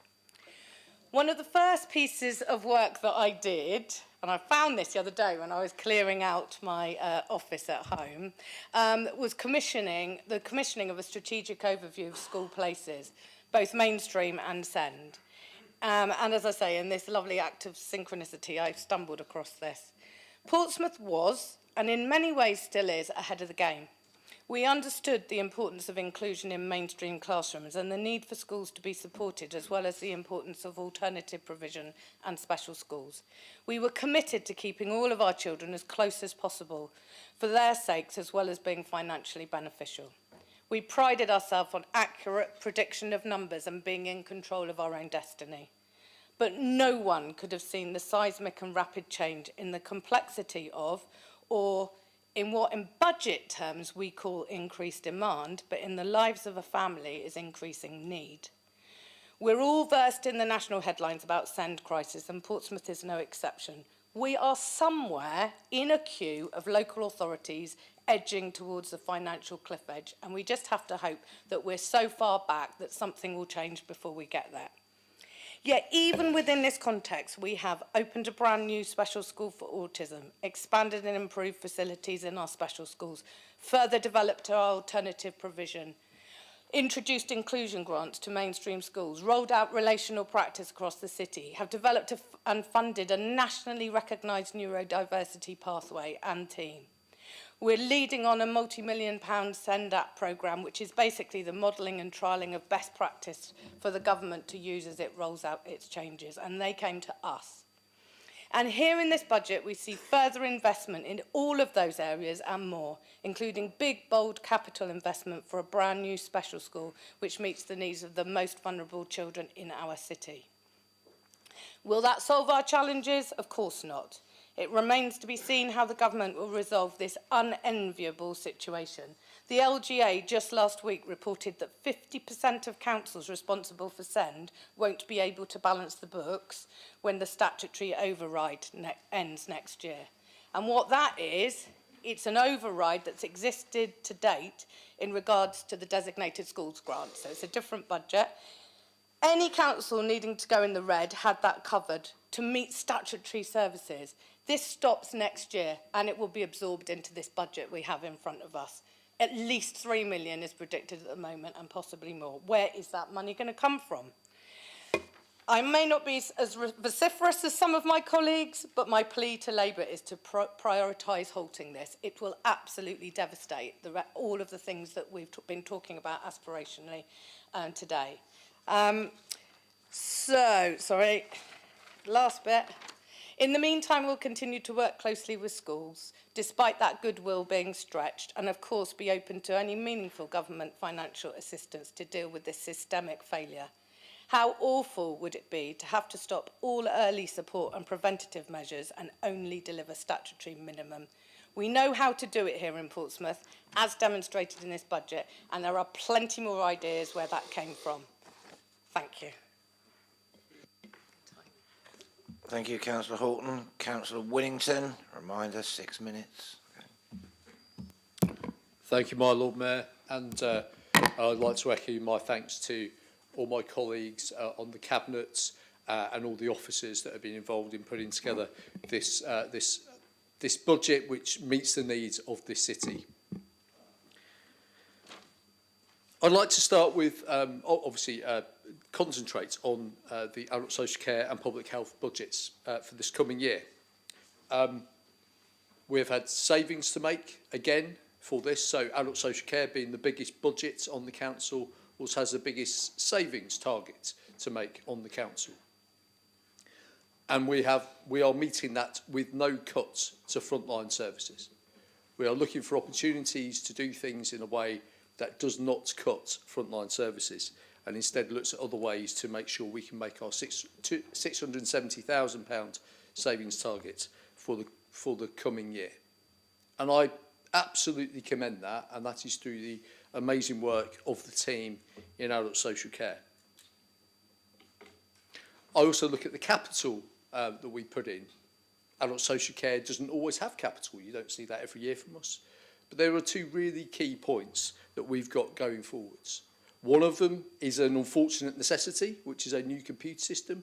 Sounds a bit dull, but actually that is as a consequence of the unfortunate situation we found ourselves in being decoupled from the old CCG and our joint working with them and the integration into the Integrated Care Board, which means that new computer systems going forwards are likely to be different and too different for us to be able to continue using that and using workarounds to make sure that we can provide the information that we need, especially with CQC inspection coming and moving forwards into the future on that. But also, this will give us an opportunity to get the very best system, which means that we can provide for the people in this city in the best possible way going forwards for many years hence. And indeed, one would hope that if we are shotgunned into a marriage with our neighbours, that they will use that system as well. And then we also have a really important part, which is the Highgrove development, which you'll see on the budget papers under the HRA, but it is indeed something that is for people with learning disabilities, and that is a really important investment in making sure that we have the right housing at the right time. At my portfolio meeting last month, I think it was, we actually put forward, it was last month, yeah. We put forward our accommodation strategy for adult social care, and that is at the heart of it, making sure we have the right accommodation in the right places for the right people at the right time, and looking forward to the future for many years. I will come back to a possible threat to that when we talk about local government reorganisation later in this meeting. I'd also like to direct yourself to the some of the stuff put in the capital budget for children's, because the really important thing about accommodation for carer experienced young adults is absolutely critical, not just for them coming from children's services, but also from adult services as well. Because if you don't provide properly for your care leavers, it can often lead to them having issues that are then dependent on adult services and other services within our statutory health and care sector. So it is an investment that is across portfolio in terms of having that positive impact, and we're making sure we're doing it as this administration. And then we come to public health. So public health has had an uplift of £1.3 million from government this year. Sounds good, doesn't it?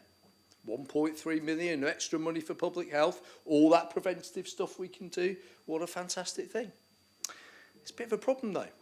£900,000 of that is eaten up straight away in cost increases and increases in costs for national insurance increases, for things for our suppliers, especially our charities, which of course are not exempt from national insurance increase, which gives us significantly less money to play with when we're actually trying to make a difference to preventative services. And then, of course, that is dependent on the NHS not cutting preventative services or indeed trying to push them onto local authorities. And what's happening again, of course, this is where the increased cost to the VCSE for national insurance really makes a difference, because so many of our services are run by the VCSE that we rely on right around the city. This is a forward-thinking budget. This is a budget where year on year we are doing the very, very best to make sure that we protect frontline services despite the projected £30 million increase in pressures on adult social care and children's social care next financial year. That is the assumption that is made in the budget. We will continue doing our investment. We will continue serving the people of this city for as long as this city exists, and we will argue to the very last breath to make sure that we get the money and get the assurances we need that the people of this city are not screwed over and left out by any government decisions on funding in the future. Thank you, my Lord Mayor. Thank you, Councillor Whittington. No one's lit up. Well, there are no other speakers indicating, so we go back to you, Leader, to sum up, please. Thank you, Lord Mayor. I'll come to the budget amendments, the detailed bits in a minute, but interesting discussion today.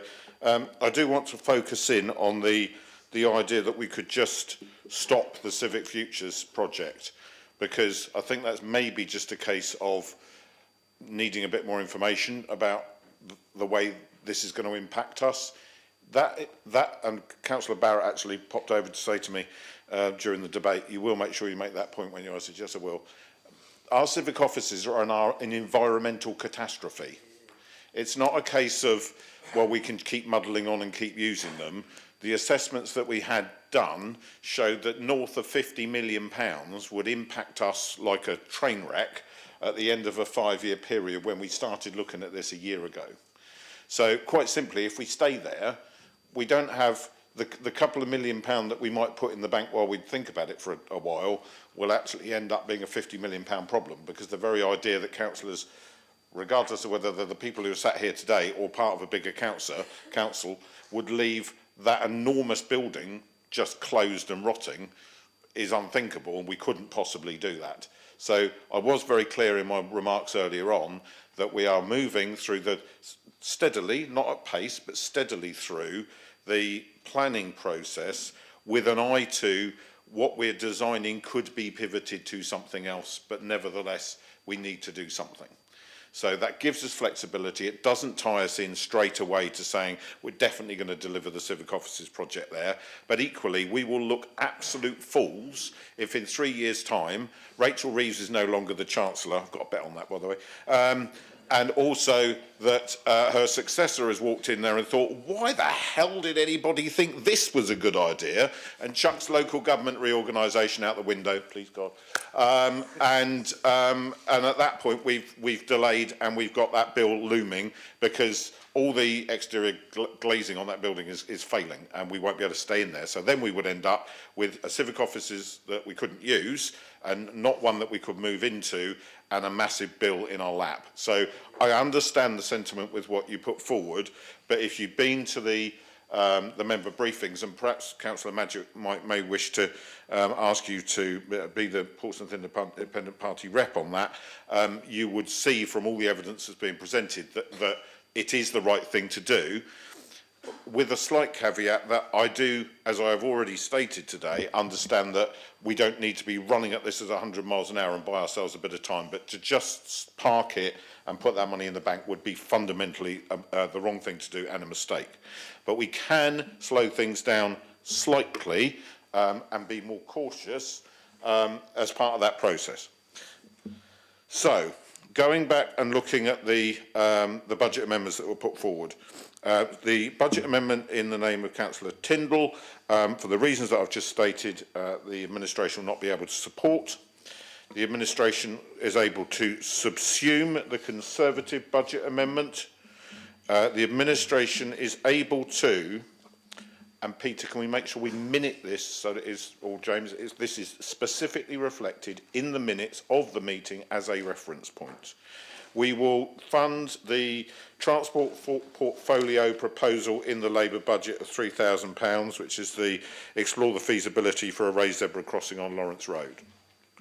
We will add the additional lighting on Cornwallis Crescent. We will introduce the safety bollards outside the Lawrence Arms and Nell Gwyn because we absolutely agree that that's the right thing to do, and we will provide the additional funding towards the play equipment proposed for Canoe Lake Splash Park. Got all those? He's writing furiously. Yeah, okay. On the Portsmouth Independent Party, now I'm a bit confused about this one because I have to say I was approached by Councillor Madrick to see what we could do in the budget, and one of the things that I was asked about is not in their budget. But I was also asked about the same thing, or it was brought up with me as an issue by the Conservative group, and I had already given Councillor Madrick an indication that I was able to do that, and I'll explain what that's about in a minute. So, sorry this is going to be a bit confusing, but it is what it is. So, the new paperless council thing, I'm firmly of the belief that whether people have papers or not, and you'll note that I choose to, because I am neurodiverse, luckily it doesn't impact my day-to-day, but I can't work on a screen in the way that I work on paper. So that's my decision, and it should remain the decision of each member of this council how they best receive information and how they use it. So I do not believe that continuing to push people over to digital in all cases and for in all examples is the right thing to do. I do some stuff digitally because it allows my brain to function that way, but I can't do detailed work on without paper in front of me. So this should remain an item of choice in my view. Now, the interesting thing about the promotion of local produce via Flagship magazine, the comms team must have been absolutely thrilled when you walked in and suggested that basically you're going to give them an extra £6,000 to produce something that's already paid for. Well, we could just choose to change 2 pages of the content and advertise local producers. We don't need to spend £6,000 doing it. The £2,000 for the Lord Mayor dignitaries, I can't improve on Councillor Bosche's rendition of people from outside this country needing to try and get through the border control post with a tray of, well, maybe bananas, maybe they're taking back where they came from, I don't know. But I get what you're trying to put forward with that, and I do understand it.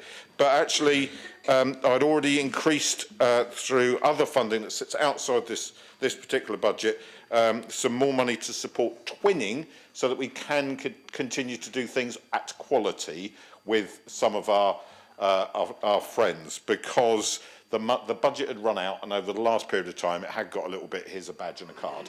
So there is money already in there for that. I'd announced earlier on when I spoke about the money that was found for parks, so I don't believe that that new provision is required because parks has core funding they need for 1 year, and therefore we've already provided that. The second year's funding is therefore moot. If we look at the 2 remote community wardens, the Council has been very clear that it is a flexible service, but there is some news coming in that's being prepped at the moment that may shed more light on some improvements, further improvements to that service that will come through over the next few months, but not currently minded to change the whole way that community wardens work by adding 2 people who, as Councillor Bosher quite rightly said, would have to work 7 days a week and never have a holiday. The promotion of Portsmouth females in sport, that already exists. We have a sports council in the city. The sports council has funding and a criteria added to it, and actually there was money left in it at the end of the year this year, so we've given it to a youth project to deliver sports activities, because otherwise it returns to the corporate centre. And Councillor Hunt's just recently signed that off for volleyball. So it's not necessary to put that in because it was an unspent, its budget wasn't even fully spent, and we absolutely encourage our outstanding females in sport to bid into that. And I know, because I've had to deal with this in the past when I was chair of the Sports Council, that we've got some fantastic young women who've gone on to do amazing things, and long may it continue to be the case that we can have that funding. So that left me with the provision of the funding for the Paulsgrove Boxing Gym to assist with replacement support frames and gym equipment, which Councillor Madgwick had spoken to me about. So we are able to provide the funding for that, James. So in the budget, we are putting in half of the money for the provision of the Paulsgrove boxing equipment. There's been a compromise to the building. It's not great, and you'll have seen in the budget there's other works that need to do up there, and it's not fair that the club is disadvantaged. So I think that's reasonable, and in the same way we did with Cosham, where they had a particular ask about the electricity supply, I think it's fair and reasonable that the central budget should split that cost with the Paulsgrove councillors, and therefore that money is allocated. So that brings me back to Gatcombe Park, where there is £15,000 in the budget to do some improvements at Gatcombe Park, and it is coming next time, it was due to come next time, on the rolling programme of refurbishment. So, because I'd had a couple of conversations with you about it, I went and looked at it, and actually I thought, well, rather than leave £15,000 hanging in the budget, let's just bring that in and complete that piece of work. So I am able to do that for £30,000. So weirdly, James, from the floor, I'm kind of indicating to you that I'm going to use £30,000 of council resources to do that. But since the Section 151 officers signed off on using £209,000 of it, and the sum total of this is less, I assume there won't be any objection from Chris. There won't be, thank you. So that brings me to the Conservative budget, which is the simplest conversation of all, and that is that we will subsume the Conservative budget with ours. So for absolute clarity, there is a list that James has that I've just specified, which will be those items that we feel able to support in both the PIP and Labour budgets, and I have subsumed the Conservative amendment. I'd like to thank everybody for the debate today. I think on the whole it's been good, and I know our Labour colleagues find it quite difficult that the government is getting a bashing at the moment, but this is literally, we're at the end of the road, guys. When the new government came in last year, Labour government was in the emergency room with an attempt to try and resuscitate it, and that's been going on ever since. Everyone was absolutely desperate to see a change around, and it's not only not changing around, it's still going in the wrong direction. So the battle that we all know is currently going on between MHCLG and the Treasury. I absolutely need Angela Rayner to win that battle, and so do all of you, because Rachel Reeves is wrong. She's making the wrong decisions about LGR. We're going to have a debate about that in a minute, where I'll try not to blow a blood vessel. But also, she's making the wrong decisions about core funding for local government. The LGA has been absolutely clear that if things stay as they are, the deficit in funding for local government across the country by 28-29 will be £8 billion. So it's not a case of Angela and her civil servants going into the Treasury and saying, we've got to do some nice things for local government.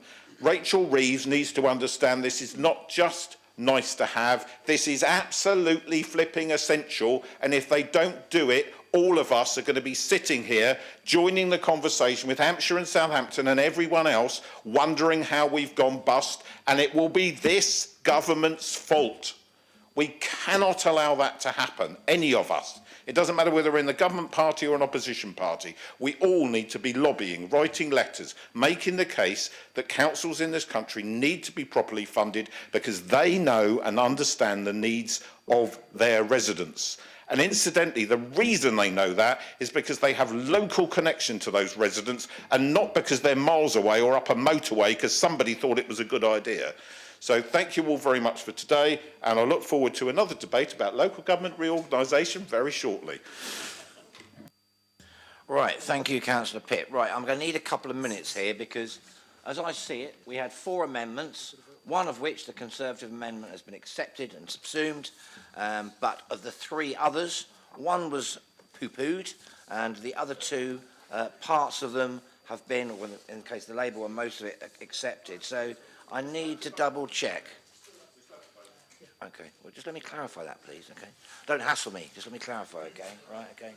So, as it stands, just to clarify with both of you here, so I'm going to go through on each of the 3 ones that are remaining, that haven't been subsumed, and we'll vote on each of those, which has to be by recorded vote. Yes, correct, okay. Right, okay. I think I'm clear in my head now. Don't laugh, okay? So, of the 3 amendments that have not been subsumed, we will need to vote on each of those, and we have to vote by recorded voting system as required by the regulations for this meeting. So I will take them in the order in which they were introduced, and the first one is the amendment. Yeah, what? Oh gosh. Are we doing it by recorded vote?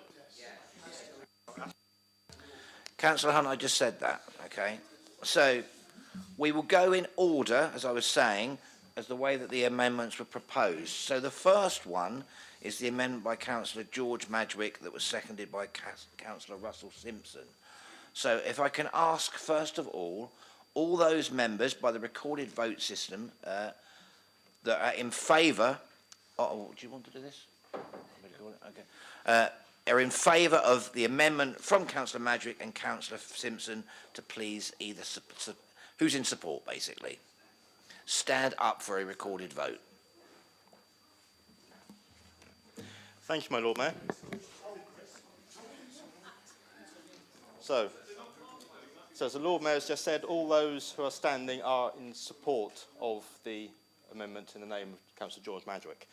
Okay, so that is Councillor Brian Madgwick, Councillor Matthew Cordy, Councillor Russell Simpson, Councillor George Madgwick, Councillor Emily Strudwick, Councillor Raymond Dent, Councillor Lee Tyndall, Councillor Chris Dyke. Thank you. All those against the amendment in the name of Councillor George Madgwick, please stand. Thank you.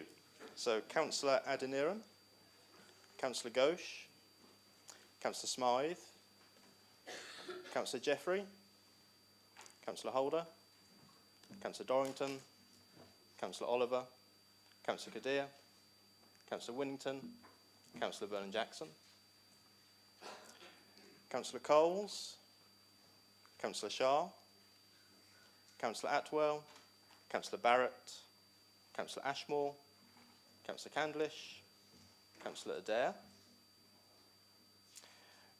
Councillor Fielding, Councillor Vallely, Councillor Mason, Councillor Brown, Councillor Hunt, Councillor Horton, Councillor Gerarda, Councillor Heaney, Councillor Pitt, and Councillor Sanders. All those who wish to abstain, please stand. Lord Mayor, Councillor Brent, Councillor Swan, Councillor Gardner, and Councillor Bosher. And Councillor Corkery. Right, thank you. Then that amendment is lost. And the figures are For 8, against 27, and abstentions 6. So we move on to the next amendment, which was from Councillor Gerarda, seconded by Councillor Heaney. Again, recorded vote. Can I ask all those in favour, please stand.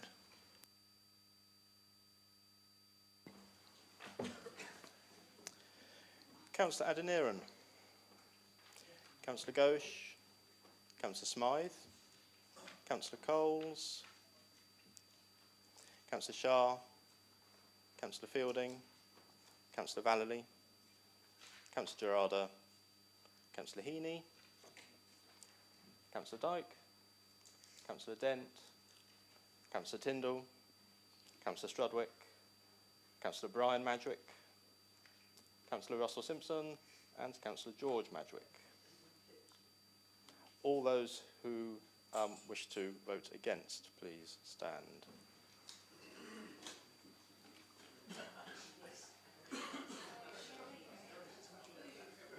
Councillor Jeffrey. Councillor Holder. Councillor Dorrington. Councillor Oliver. Councillor Kadir. Councillor Winnington. Councillor Vernon Jackson. Councillor Atwell. Councillor Barrett. Councillor Ashmore. Councillor Candlish. Councillor Adair. Councillor Brent. Councillor Swan. Councillor Mason. Councillor Brown. Councillor Hunt. Councillor Horton. Councillor Gardner. Leader Councillor Pitt. Councillor Sanders. Councillor Bowsher. And Councillor Cordy. All those who wish to abstain, please stand. Councillor Corkery and Lord Mayor. Thank you. Right, so the figures for that are for 16, against 23, abstentions 2, so that amendment is lost. And we move on to the final one of the three, which is the amendment by Councillor Tyndall, seconded by Councillor Brian Madgwick. Again, a recorded vote. Can I ask all in favour, please stand.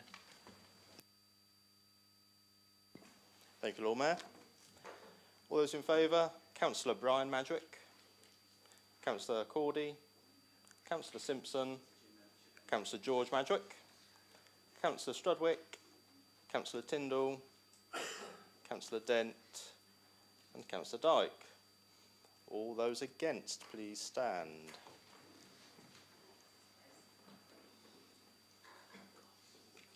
Councillor Adeniran, Councillor Ghosh, Councillor Smythe, Councillor Jeffrey, Councillor Holder, Councillor Dorrington, Councillor Oliver, Councillor Kadir, Councillor Winnington, Councillor Vernon Jackson, Councillor Coles, Councillor Shah, Councillor Atwell, Councillor Barrett, Councillor Ashmore, Councillor Candlish, Councillor Adair, Councillor Brent, Councillor Swan, Councillor Fielding, Councillor Vallely, Councillor Mason, Councillor Brown, Councillor Hunt, Councillor Horton, Councillor Gardner, Councillor Gerarda, Councillor Heaney, Councillor Pitt, Councillor Sanders, Councillor Bowsher.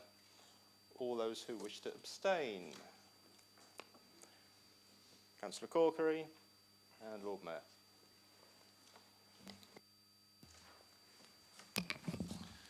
Okay, and for that we have in support 8, against 31, abstentions 2, so that amendment is also lost.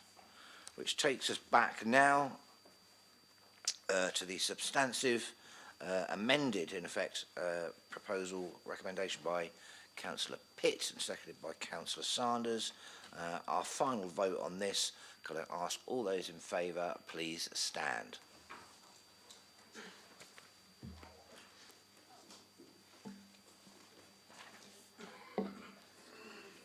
Thank you, Lord Mayor. So all those in favour, Councillor Adeniran, Councillor Ghosh, Councillor Smythe, Councillor Corkery, Councillor Jeffrey, Councillor Holder, Councillor Dorrington, Councillor Oliver, Councillor Adair, Councillor Winnington, Councillor Vernon Jackson, Councillor Brian Madrick, Councillor Russell Simpson, Councillor Coles, Councillor Shah, Councillor Atwell, Councillor Barrett, Councillor Ashmore, Councillor Candlish, Councillor Adair, Councillor Brent, Councillor Swan, Councillor Tyndall, Councillor Dent, Councillor Fielding, Councillor Vallely, Councillor Mason, Councillor Brown, Councillor Hunt, Councillor Horton, Councillor Gardner, Councillor Gerarda, Councillor Heaney, Councillor Pitt, Councillor Sanders, Councillor Bosher and Councillor Dyke. All those against? There's none. All those who wish to abstain? Lord Mayor, Councillor Cordy, Councillor George Madrick and Councillor Strudwick. Thank you. Thank you, James. So we have 437, against 0, abstentions 4, which means that is now carried. Thank you very much, members. We now move back to original agenda item 7, which was urgent business, where the Leader of the Council notified me of one item of urgent business, which is the Leader's statement to full Council on local government reorganisation, which has been included with the green supplementary sheets. Now, I am aware that there's been an agreement between the groups of a 45-minute break at this point to go through it. So if that is the case, I therefore propose, you happy to support, we go into a 45-minute adjournment. Councillor Pitt. Yes, Lord Mayor, just so that people don't waste time, are there spaces over here that we can send people to, or have everybody got to go back to their group rooms because it's going to waste 10 minutes of it going backwards and forwards? As far as I know, you're welcome to, one group can use the Lady Mayoresses parlour, one group can use the banquet, yes, thank you, I was going to get there, the Lord Mayor's banqueting room, one group can stay in here, and you can use the Lord Mayor's parlour if you want, okay, but don't make a mess, all right, okay? So, on that basis, we will now what time are we? 4 o'clock, so back at 4:45, please. Thank you.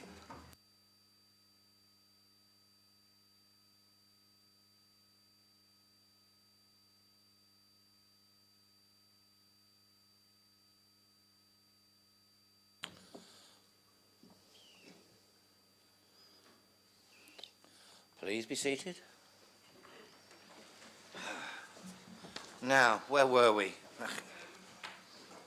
Okay, we are back to agenda item 7. We've had our break, so can I pass over to the Leader to introduce and speak to the item? Councillor Pitt. Thank you, Lord Mayor. Before I say anything else, I just wanted to give, for the benefit of all members, a bit of context as to why I thought this was necessary. As you know, when this was discussed at Cabinet around the devolution submission, LGR was a part of it, but we didn't have final details, etc. Since then, and we didn't have a council meeting in January, since then we've then had the statement from Jim McMahon, which has been clearer around the local government reorganisation requirements. I think councils across the country had expected there to be a degree of greater flexibility around the numbers that were going to be needed as populations to these new councils. There's certainly been an awful lot of mood music around that from all sorts of councils across the country. That didn't then happen. And then we got into starting to try and pull timetables together and working out dates when we needed to bring things to full council meetings and cabinets and everything else. And it very quickly became apparent, and certainly by the beginning part of last week, I was beginning to feel very uncomfortable that the only point that this chamber, as a full council, was going to debate any of this was in the meeting where we're required to also approve a submission to go to government. And that just felt all too packed in and condensed. Now, I know there have been representations from a couple of the other group leaders that we could have done something the week beginning, maybe the 10th of March. We can't do that because the papers for the meetings the following week have to be published on the Tuesday of that week. So the timetable around this, I fully accept, is completely mad. And it's quite hectic. Meetings are being put in all the time. An extra one's gone in today, so I'll have met with the other council leaders 3 times in a week, and all of that's invading what's already a busy diary. So I just wanted to set that tone right at the start. I then decided to come back in during the break and just spend 10 minutes writing down some things to share with you, 10 minutes of immediate concerns that go with the statement that I've circulated to you all, that would have to happen in order for this all to roll out and hit the current timelines. And I hope Councillor Heaney would agree with me that the enormity of the first one that I'm going to mention is not to be underestimated, and that's that the council, this new entity, will need a completely new constitution.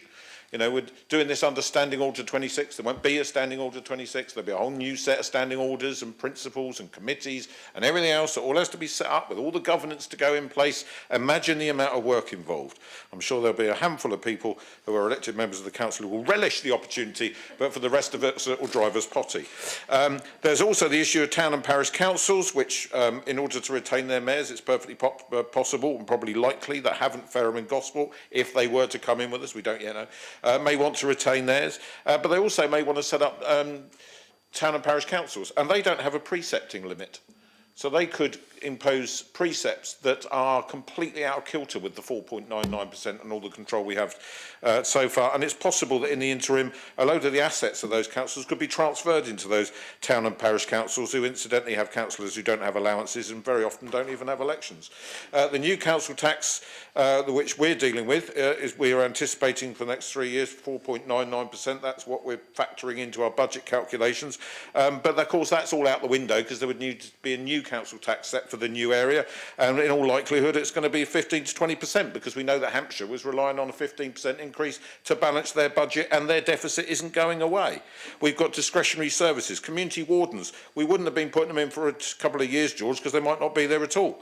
The events team and all of the things that they deliver that we all care about, museums, libraries, we're only required to keep a statutory number, not the amount we have now. Across the 2 local authorities there are 21, across the 4 of us rather, 21. Early help and intervention, which actually prevents the increased acute demand on particularly our children's and adult social services, which all of our residents value, and which members are always bringing in notices of motion about helping this one or that one. That's all gone. Subsidies to bus services, revenue grants to cultural organisations, all gone. New play parks and ball courts. Post-PFI streets, you can imagine, you can get a pothole repaired in Portsmouth in 24 hours. In Fareham, Gosport and Havant, you plead to the county council, it might take several years. Can you imagine how those residents are going to react to being put into a new council with different rules in different areas? All of these, I'm not trying to scaremonger, these are all very real. Because in order to balance that budget, if the government doesn't step up with the money, all of this stuff's on the table, I'm afraid. Staff consultation. Imagine the uncertainty for all of the staff across those councils over the next couple of years. Where are they going to end up? Are they going to have a job? Are they not going to have a job? How are we going to recruit anybody if they don't know they're going to have a job? Millions of wasted money on new signs and a new logo. Millions are lining all of the IT with different bits in different areas. A full boundary reorganisation likely to cut our number of councillors and reduce representation for the people of Portsmouth. The role of the mayors, the Lord Mayors. Who's going to chair the council meetings in future? Aligning multiple housing revenue accounts. Can you imagine? Aligning multiple discretionary designated schools grants. Another minefield. All the unknowns, the state of the physical assets in those areas, we've got no clue, including all the buildings and roads and the debt position across those local authorities. 10 minutes. 10 minutes for all of that. If I had a couple of hours, I could wax lyrical to you all afternoon, Lord Mayor, because this is all that is occupying my time.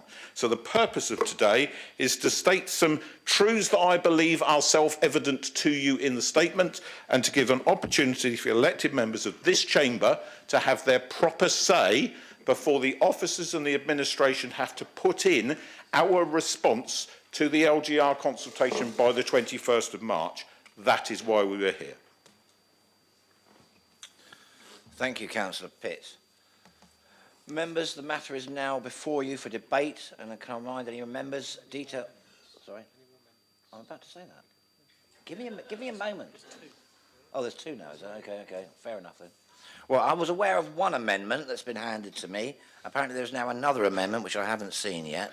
So the first amendment that I've been given is in the name of proposed by Councillor Cal Corkery, seconded by Councillor George Madgwick.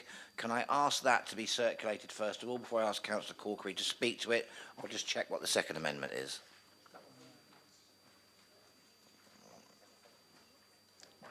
Right, can we print this out? Okay.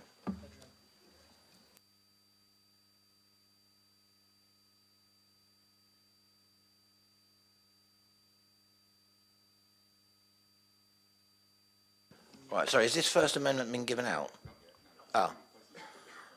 Oh, yeah, sorry. Well, okay. Councillor Corky, can I just ask you to propose your amendment, first of all? You're happy to propose it? They need to see it, really, before you can just propose it. Councillor Corkery. I'll propose it, and also for it to be circulated. I have Councillor George Madgwick. Are you happy to second? Happy to second, Lord Mayor. We're going to need a few minutes break, I'm afraid, while they actually get it printed off. Oh, first one's now done. We're going to print off the second one, which has just come through. So we'll speak to this one first of all. So a minute just to pass it around the chamber.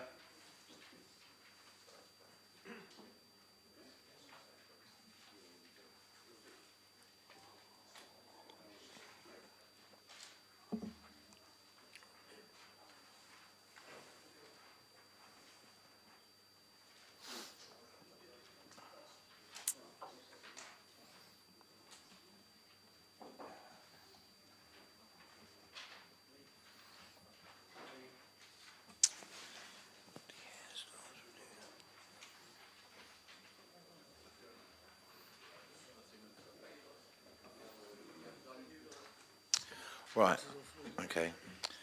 Cal, can I ask you to speak to your amendment, please? Yes, thank you, Lord Mayor. I've got some wider comments on the budget earlier, but I thought I might as well roll them up for the sake of efficiency into one speech. So just bear with me maybe while we kind of jump back a little while. And I think the context of the budget we have before us today is 15 years of austerity and over £100 million a year taken from the annual grant that this council, Portsmouth City Council, receives from government. While the £2 million annual savings presented today may have mostly been achieved through increase in revenues and organisational efficiencies that don't have major impacts on service delivery, what we also need to consider is what the council could be doing with the extra money that it should be being reinstated that have been cut back over the past 15 years. So at the moment, the situation that our services are in, that every year they're having to find savings, and actually a really good job is being done of ensuring that doesn't impact as much as possible on frontline delivery, and we're trying to increase revenues and make efficiencies, which is great.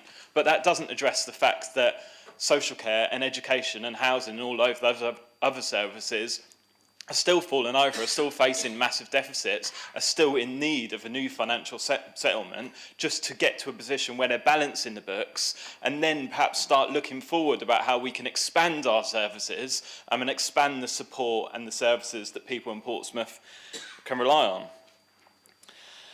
But we're always told, of course, that budgets are stretched and there's just not any new money available. And that is until we want to get on Donald Trump's good side and all of a sudden we can find an extra £13 billion overnight for defence. But we don't have to take the money from international aid to sort out local government finance. Why not reform or abolish council tax and make it instead a genuinely progressive scheme that doesn't penalise those on lower incomes while hardly touching the wealth of those living in mansions and country estates? So there are proposals, there are ideas out there, there are ways that you can think outside the box when it comes to national policy around local government finance that don't just involve probably what is going to be quite a rushed restructure, and it's seeming to me increasingly like it's a bodged attempt at getting everyone else to bail out Hampshire County Council's budget deficit. Because what's going to happen is that the new council, the new unitary authority that Portsmouth is part of with surrounding areas, will inherit Hampshire County Council's responsibilities and deficits for a whole range of services, but in particular social care and education. We know that Hampshire County Council's deficit is in the region of £180 million a year. They've been going through their reserves at a rate of knots, which mean they basically don't have any reserves left and are probably going to be bankrupt in the not too distant future. And then basically, what's going to happen, unless there's a new financial settlement as part of this local government reorganisation process, unless there's a position where, yeah, okay, some savings will inevitably be made by merging different councils, and I don't think if things can be done better and at better kind of cost efficiency for the council taxpayer, I don't think anyone is going to oppose that, but that's not going to tot up to tens of millions of pounds in savings from day one. Do you know, at a push, you might get a couple of £1 million savings out of it. Do you know, very top end, 10 million. That would still be leaving you in the tens of millions. The first budget in 2028 or whenever it is, the new wider Portsmouth Area Council, not that I'm naming it, I'll leave that to other people, but it will be facing massive cuts to its budgets. And, I mean, people know this already, but it's worth explaining because not everyone out there in Portsmouth does understand how local government finance works. The budgets that it will have to provide, those statutory services, which should be statutory because it's absolutely vital that we protect vulnerable people through adult social care and children's social care and education, that money will have to be spent as much as possible. They'll probably still end up being in deficit, but that money will be found one way or another. Everything else that's deemed supposedly non-statutory or, I guess, non-essential, if you like, will have to go or will face massive cuts. That will be the museums, the libraries. Councillor Smythe earlier made a very good point that the surrounding boroughs around Portsmouth, they have at most one library each. We've got, what is it, kind of 6 or 7.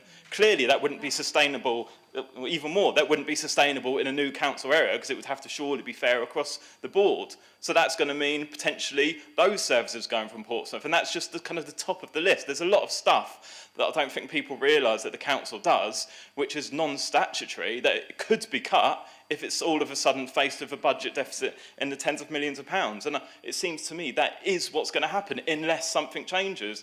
The government have said that there may be a small amount of finance available just for that kind of transition process, and it sounds like it's going to be used on consultancy fees largely, but it's not going to change the fact that there will still be these structural deficits from day one that need addressing. So the point of the amendment is just simply, because I wasn't entirely clear, obviously it's all been quite rushed, as a result of the kind of timelines being put to us, but I just wanted to ensure that full council gets sight and an input into the final submission prior to that decision being taken. I understand constitutionally that decision may have to be taken by Cabinet, so therefore we're just kind of reinstating basically the importance that the proposals come in full to full council for discussion, amendment, whatever else, at decision, prior to going to Cabinet, prior to then be submitted to government. And then obviously the next stage we'll be moving on. So hopefully that's a kind of a friendly amendment that people across the floor will support, and we can just get that kind of, I know that the leaders already indicated that there was the intention anyway, so hopefully that will be fine. And then we can move on over the next, well, it's only 3 weeks now, 3 and a bit weeks, to try and get to grips with the detail and see if there's something that we can all get around the table and agree upon to put our case to government. Thank you.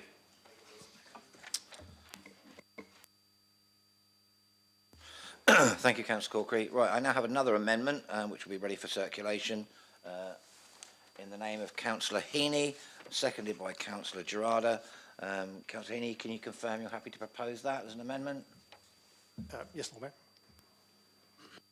Mayor. Councillor Gerarda, are you happy to second?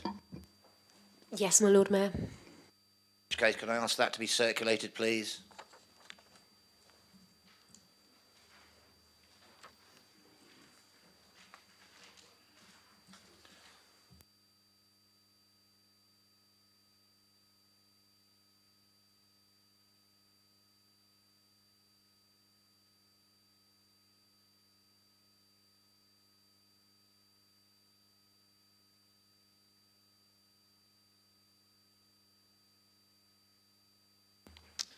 Okay, Councillor Heaney, can I ask you to speak to your amendment, please?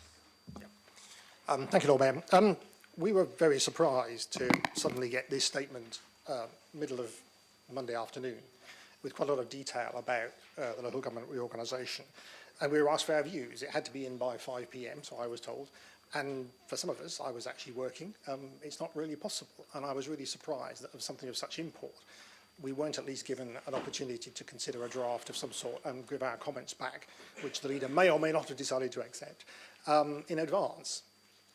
The other problem is when I actually started looking at this statement, I mean, there are things that are, I think, quite clearly reasonable to highlight about the potential for local government reform, but the sort of Armageddon that the leader of the council was predicting does seem a little bit over the top, since we still don't know exactly where we are going on all of this. And there are some things in this proposal from the leader, and I'm going from the leader asks the council to agree. Talks about no London boroughs, metropolitan boroughs, struggling unities, places like Berkshire, many of which are smaller, not being asked to reorganise as part of the government. Well, that's plain wrong. That is not the case. Well, I can tell you the Berkshire councils actually went to the government in September 24 and asked for a non-mayoral unitary. But subsequently, the government have published their white paper, which overrules it. And if you look at the reports that went to West Berkshire, to the Wokingham, and to Reading, all of them have agreed to start discussions about local government reform within their areas and to look at the possibility of unitary authorities. Now, you know, that is clearly not true, and I understand obviously it's a moving feast, things move quickly, but we can't really support something that is so completely and utterly wrong. London government is completely different to the rest of the country. It has separate legislation, always has, right back to the formation of London County Council back in the 19th century, and London already has its own mayor.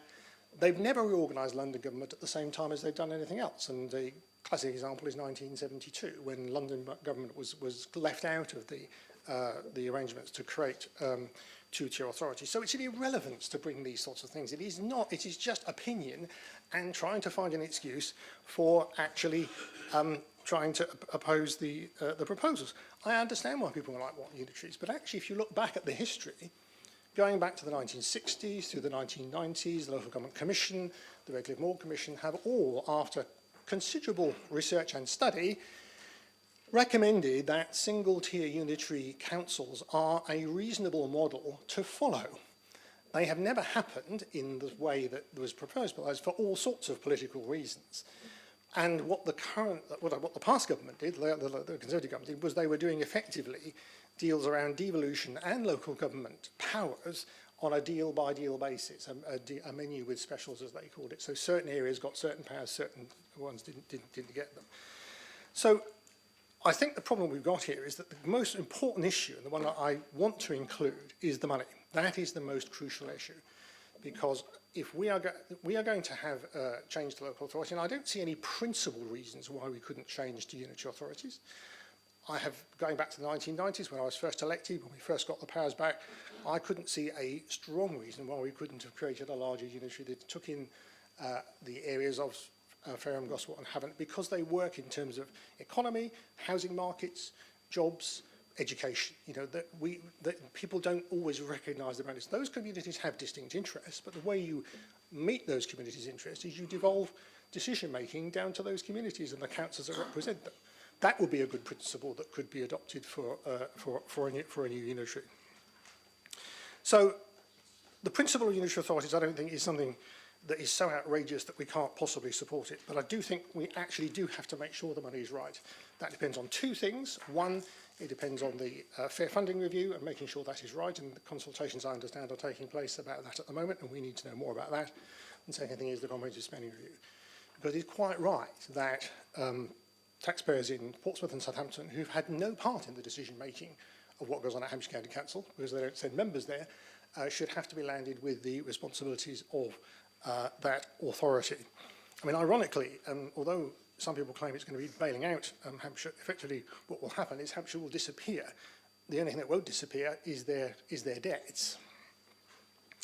I mean, I think the other thing to say as well, just before I finish, is the claim is that this is all being driven by the Treasury. The Treasury will look to save money, and there is certainly an argument for the current local government system not being sustainable. It's partly due, obviously, to underfunding over the years, going back 15 years, we've highlighted that.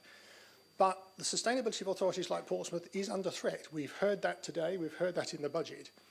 And reorganisation won't solve that problem completely, but I think we have not to be blind to the idea that we might have to change the way we organise our local authorities in order to meet these new challenges, as well as making sure we have adequate funding for the services that we provide. So I've kept that in about the budget because that's really the most important, and I'm supporting the idea that we have a full report and submission to the full council, as Councillor Crawley has also suggested. Thank you, Councillor Henney. The matter is now open to debate, and we have Councillor Vernon Jackson first of all. Thank you, my Lord Mayor. I've been through local government reorganisation once already. I think you, Lord Mayor, have done so as well, and we all bear the scars from that. I was, at the time, councillor in Berkshire, and I became deputy leader of West Berkshire Council. I think everybody's agreed that unitaries are, on the whole, a sensible option. I don't think anybody that is a councillor in a unitary authority would opt to go back to two-tier, except where we've been pushed into having authorities that are so big. When it takes you 2 hours to drive to the council offices in Cornwall, that's a long way to go. When it takes you an hour and a half to drive to the planning committee, how on earth are you meant to know about the areas that you're meant to be making decisions about? So ones that are too big are a big problem. And my concern is that the county council network are very influential, and they are now pushing for councils with a minimum of 1 million population. And they're not bothering with Angela Rayner. They're talking directly to the Treasury, because that's where the power lies. They say every time there's been a reorganisation to unitaries, there's been a cost saving. Absolute rubbish. We have seen time and time again that when there's reorganisations, it costs an awful lot to set stuff up. It costs quite a lot to lose staff.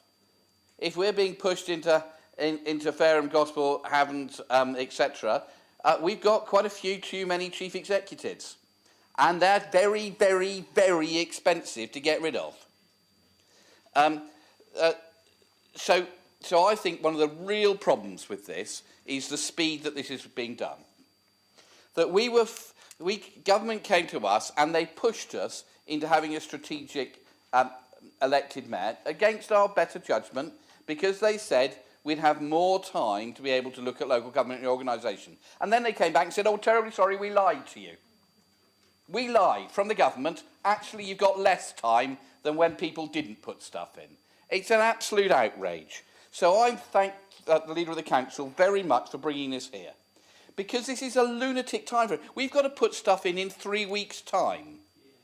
Absolute madness. So my thanks to Steve for bringing this to us today, instead of a completely produced plan and saying take it or leave it. This is coming up today to ask what our views are, and I'm really grateful we're doing it. I think we're probably the only council in Hampshire that's doing this. So I think it's really difficult. I think one of the things that we know, having chaired the planning committee, is that when we have planning applications, we know the streets. We know every street. We know what those areas are like. If it's got Gosport, Fareham, Havant and Portsmouth in one, we won't. Nobody will. And that means local people will lose a service of knowledge from us. The same will be from licensing. We will, again, lose knowledge. And I'm sorry that it looks as if traditions may be binned. I may or may not be lucky enough to be nominated as Lord Mayor at the end of this meeting.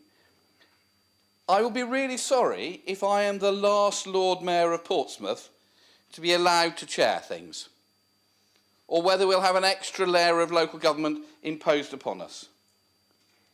So we're being pushed into this, being pushed into a bigger unitary where we don't know what's going on, from a position of financial strength and certainty, where we know what happens, and everybody today in this discussion about budget has recognised that the Portsmouth is a well-led, well-financially managed council. Why sacrifice that just because somebody in Downing Street had a bright idea.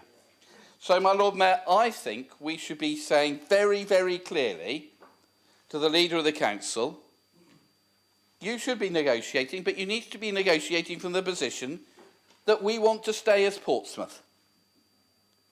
We don't want to be merged into being part of Greater Portsmouth, or Greater Havant, or Greater Fareham. We work well as a council this size. We are able to identify with residents. People know where they live. They know they live in Portsmouth. It is foolish for us to be pushed in this way, and my thanks to Steve for bringing this to us in an incredibly time-pressured way to see if we can come to an agreement. But I hope that that agreement is that if at all possible we say, stay as we are, say to the government, hands off Portsmouth. Thank you, Councillor Byrne-Jackson. Councillor Hunt. Lord Mayor, I completely reject everything Councillor Heaney has said. We anticipated he would say as such. It is his government, it is the Labour Party that is doing this to people in Portsmouth, and people in Portsmouth do not want it. A couple of things. Enormous thanks, reflected by Councillor Gerald Byrne-Jackson, to the Leader for his work on the budget and doing this LGR debate discussion at the same time. I'm going to say right here and now, the most important people in this matter are our residents. And it's shocking that the government isn't asking them if they want this, because Labour know our residents would indeed say hands off Portsmouth. And this is going to come back and bite you, ladies and gentlemen. So far as I'm aware, Labour has no mandate for this, none whatsoever. They did put in devolution, i.e. the Mayor, in their manifesto, but local government reorganisation was not there. And to my mind, this has been done to confuse things. The outcome of the general election here in Portsmouth would have been very different if Amanda Martin said, we're going to push you in with Fareham, Gosport and Havant. Even Stephen Morgan might not have won. That is how dire it will be for Labour in this city, if he had said that. But they didn't say it because it was deceitful and it was dishonest not to tell people those things. When they had it, they knew that they were going to do it. But we've seen this from Labour over and over again already, from WASPI to pensioners to a whole range of issues. They just lie. And they picked this up from Trump, I reckon. Labour have kept this quiet. And thanks to the Leader today, we're at least able to discuss it. Havant doesn't want this, we know that. Fareham doesn't want it, we know that. Gosport doesn't want it, and here we don't want it, and Portsmouth voters don't want it either. Only Labour want it. That is all. So let's ask Portsmouth residents what they want, and tell the Labour government to listen to Portsmouth residents. The very people are Portsmouth residents that will be asked, as Councillor Corkery points out, will be asked to bail out the shortcomings and mismanagement across Hampshire County Council unless it is sorted out before then. But Rachel Reeves and others have made it very clear, including the Chancellor, that they won't be bailing out local councils. And as we heard earlier on, Southampton is having a loan and it's got to sell off its assets in order to get that money. So everything we talked about earlier on, all the non-statutory services that you guys sort of targeted earlier on for this and that and the other, will go because there will be massive debt across that new council. Museums, libraries, as Cal said, will go. They will have to go. Why would residents in Havant and Gosport and Fareham allow us, and all their councillors, allow us to continue with the community warden service and an excellent CCTV service here and pay for it when they haven't got it over there? Their councillors would join together and would change all of that. They would probably outvote us. They have 92 at the moment, we have 42. Whether that changes or not, I haven't got a clue at the moment. So I thought I'd ask residents from Portsmouth. Barry from North End on Facebook said, let's have a Portsmouth referendum. Let us have our say. Our say be Portsmouth only. Kevin on Drayton and Farlington matters. Who voted for this? Has there been any consultation? Personally, and John says, personally, I think it will be very bad for Portsmouth. Residents should be asked. On Portsmouth past and present, which is not an easy place for a local politician to be, 93 persons responded. All of them were against what is being planned by the Labour government. They all agreed hands off Portsmouth. Michelle said, I don't agree at all. It's taking our democratic rights away. Portsmouth should stay as it is. The roads are kept better than neighbouring areas by far. And we will certainly see a difference for the worst if we join together. Sue, she says these people are supposed to be representing us on such a significant decision. We need to be asked our opinion. And Andy said, we have a very strong leader in Portsmouth City Council. Taking power away from local councillors would be devastating. Terry says, well, Stephen Morgan and Amanda Martin stand by Portsmouth. So this is right across our city. These are real people talking, and they are very cross indeed with Labour. They don't want this change. They don't want this to be rammed in with Portsmouth, Havant and Fareham, or Havant, or any combination of those things. So I'll sign off with this one from Stamshaw and Tipner Action Group. I have had my differences of opinions with Lib Dems in the past. However, on this subject, I totally agree. When the electorate voted for a Labour government, they didn't vote for worse public services, and Labour gave no idea in the manifesto that this was planned. A bit sneaky, I reckon. Thank you, Lord Mayor. Thank you, Councillor Hunt. Councillor George Madgwick. Thank you, Lord Mayor. Myself and my group won't be given any opinion on local government reorganisation or devolution today, and I've made no secret during group leaders' meeting that I think that this being brought here today is appalling. It's been used not as a cross-party benefit, it's been used as a political point-scoring activity towards the Labour government and the Labour group. We were promised, as group leaders, that there'll be a collegiate and a cross-party approach to this devolution and local government reorganisation situation. That has simply not happened. I completely empathise with the leader and how much work he's got to currently do, absolutely. But we were made aware that the plan of bringing this forward to Council's Day was made as early as last week. And the leader consulted with the monitoring officer on Wednesday. So this was going to come up as of Wednesday, 6 days ago. So it's been kept from us as councillors for 6 days. They knew it was coming up, or it could come up. And then I believe the leader confirmed that Friday was the decision was made. This is why we're not going to talk about this today. It is so unacceptable that 30 plus councillors in this room entered this room today not knowing that this even existed. And we're being quoted this is a once in a generation thing, a once in a 50-year thing, and we're basically being run roughshod over. It's not acceptable at all. So our group will not be voting for this motion today, not because we're against all of it, because some of it is good, but because we're against the reasoning behind this, in our opinion. We believe, as I say, that this has been done to have a shove politically towards Labour at the last minute, where they've had no real time to respond, no real time to question, no real time to research, no real time to make amendments. It's completely underhanded and unfair. And I'm more concerned that Councillor Lee Hunt had a script that he had written up in a speech, which means he knew about this before all of us. And I wonder how many members of the Liberal Democrat group was aware that this was going on before the other councillors. And if any of you did know about this before yesterday afternoon, then that is really bad as well.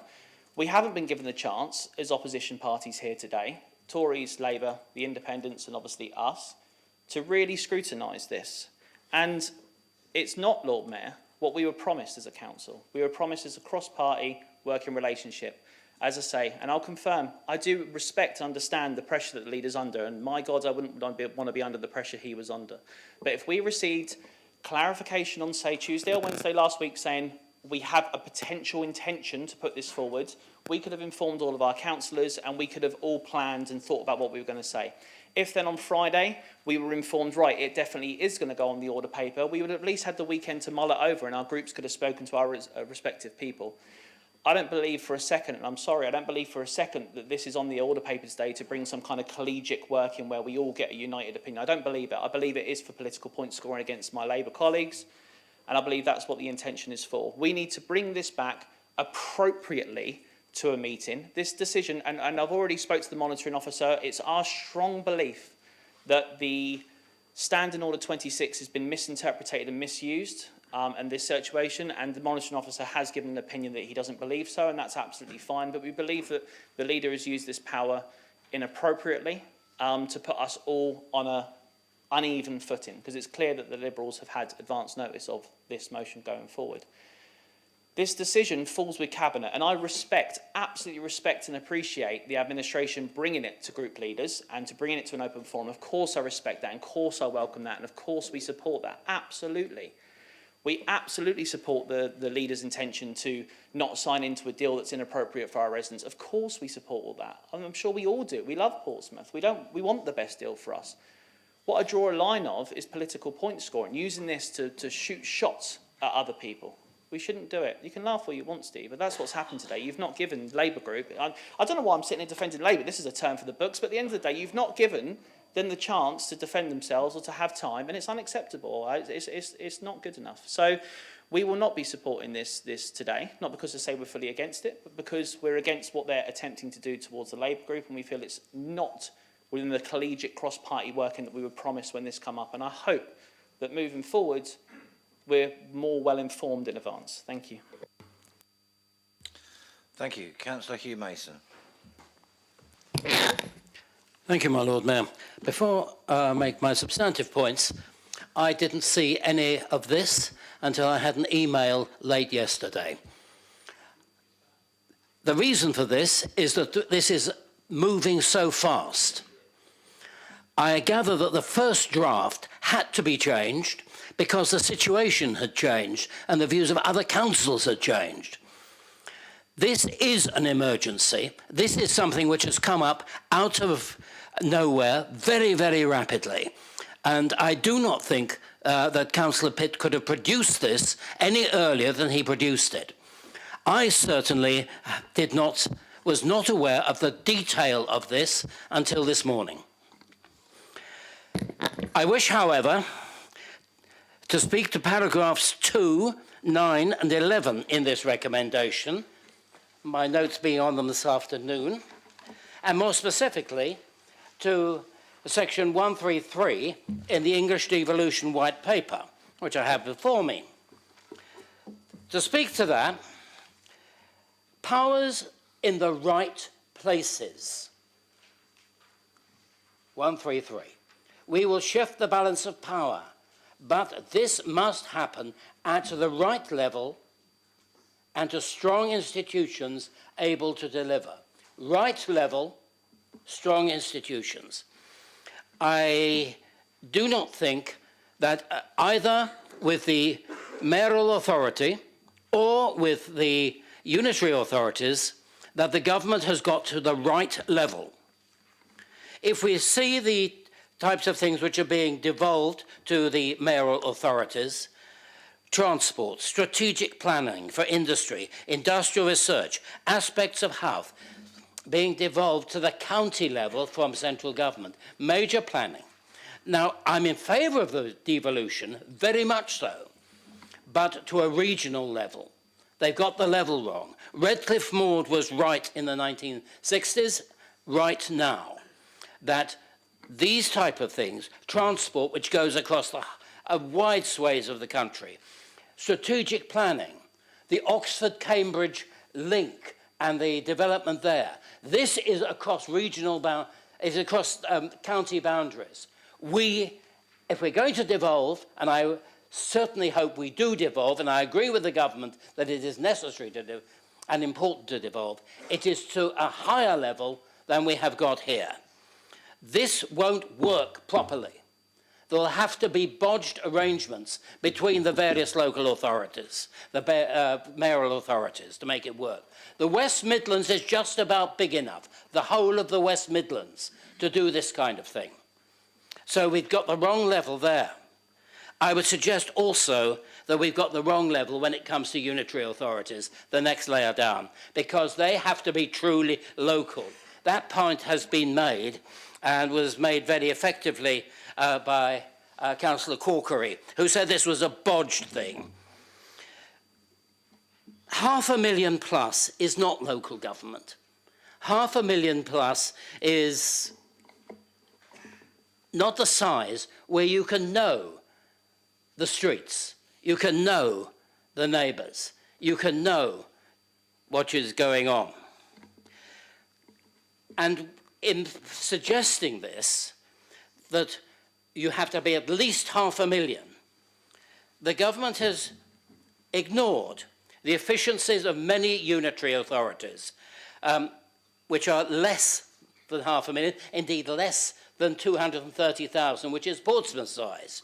There's a group called the Key Cities of unitary authorities, and they are probably the most efficient local government authorities in the country, and many of them are down to 150,000.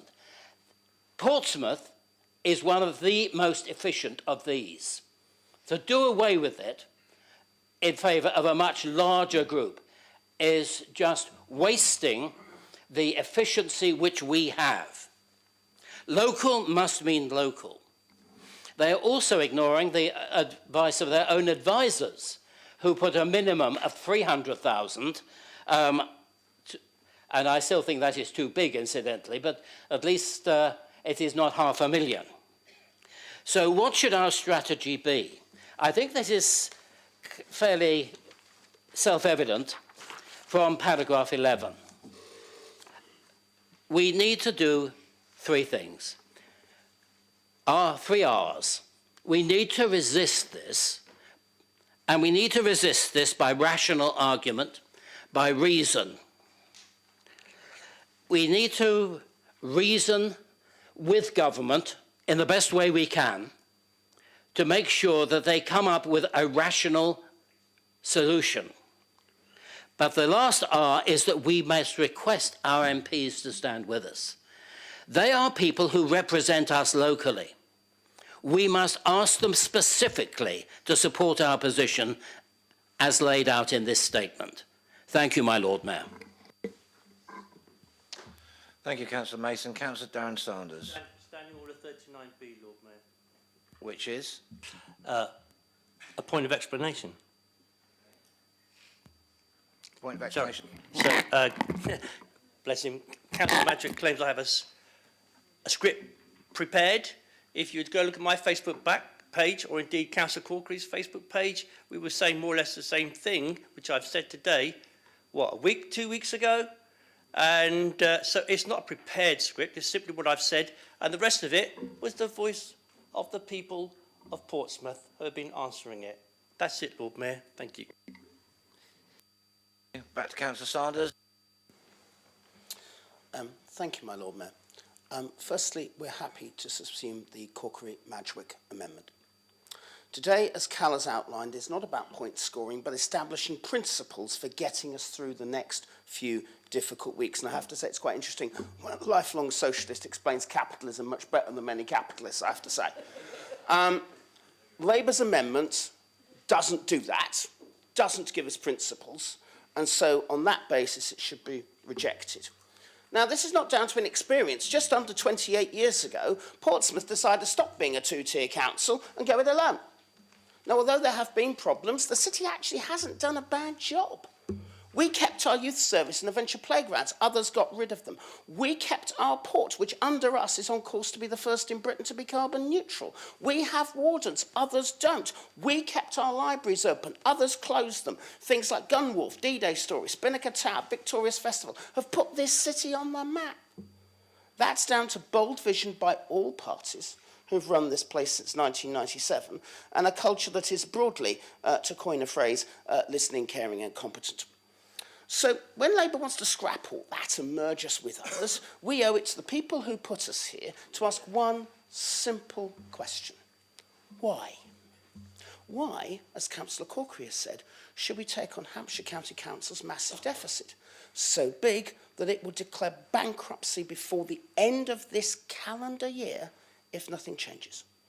Why should we be in a council government believes will work only if this great city is a minority partner? Why should we merge when, I know Grandson, you talked about West Berkshire, but why should we merge when Labour Slough, so badly run that a Labour government, has just put it in special measures for another 2 years, has not been told it has to merge. Indeed, when it and other Berkshire authorities got the letter we got telling us to merge, they all said, what's this?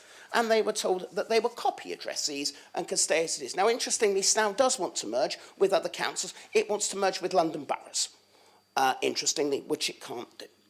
Now, the leader, the chief executive, and I have asked government these questions and never really had a straight answer. In one recent presentation, all I got was, we think some cities are underbounded. Not really an answer and not really in English either. And the thing is, we as a Lib Dem administration think the government doesn't know either.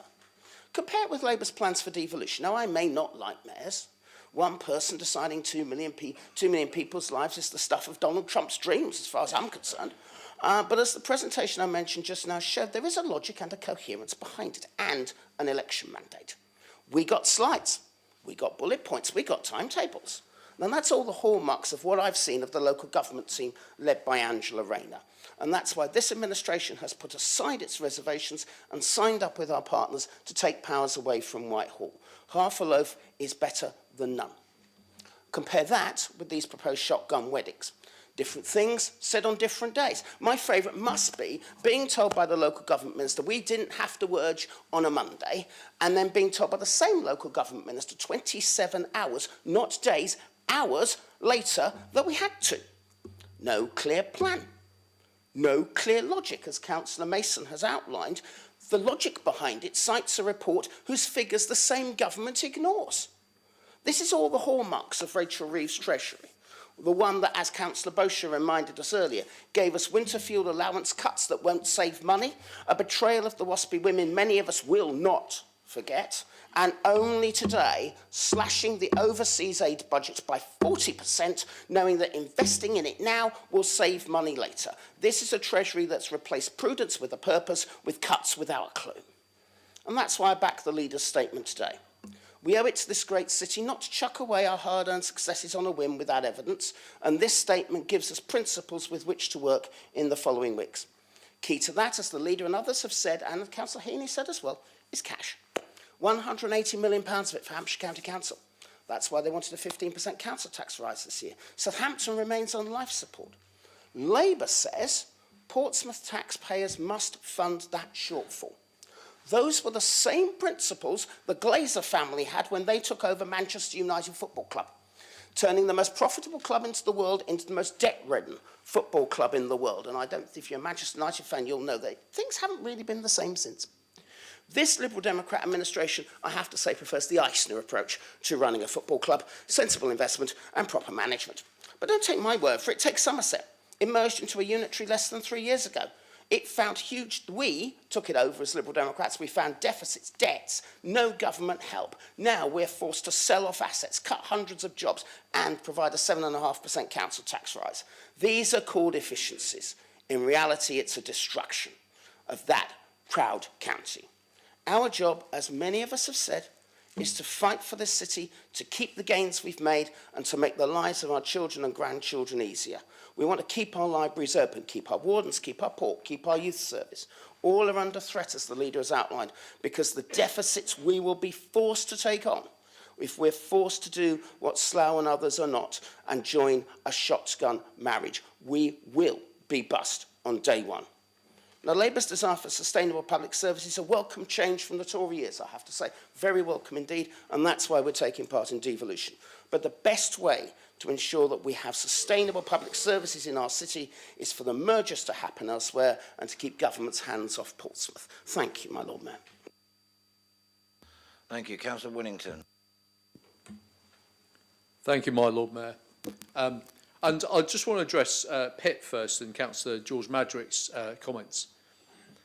You might not like the process, you might not like the way things were done, but this is your opportunity to have a say today. Stand up for this bloody city and vote for this. If you believe in what's on the paper, vote for it today and show that you're not just someone who likes to play silly little games, but actually likes to play for this city and actually do the right thing. So vote for this today. That is my plea to every Pitt member. today.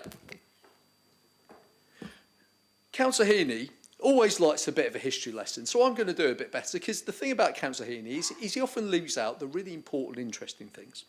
He mentioned Redcliffe Moors, 1969, brought in by the Labour government for something on all unitary authorities around the country, apart from a couple of metropolitan areas where there'd be kind of two-tier.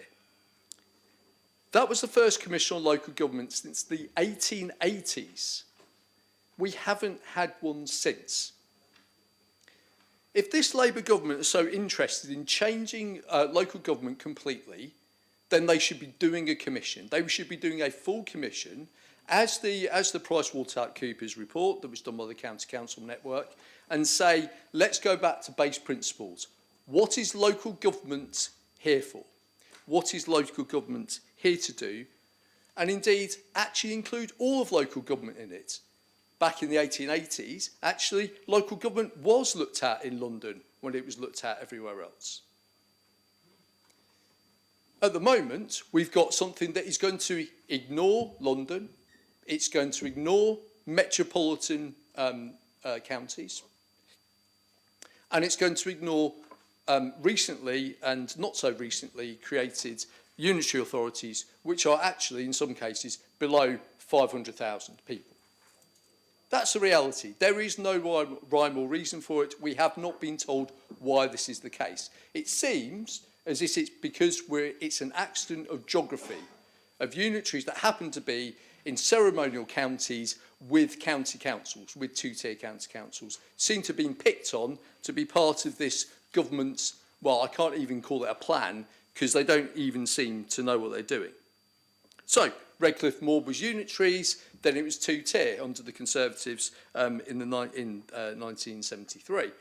And then, in the 1980s, the Conservatives, actually under Margaret Thatcher, then decided, actually, we would like some single-tier again, but when they took away the metropolitan counties and the GLC. So we then had unitary authorities reappeared, as we used to have with the old county boroughs. Then in the 1990s, the Conservatives then extended that piecemeal, including here in Portsmouth.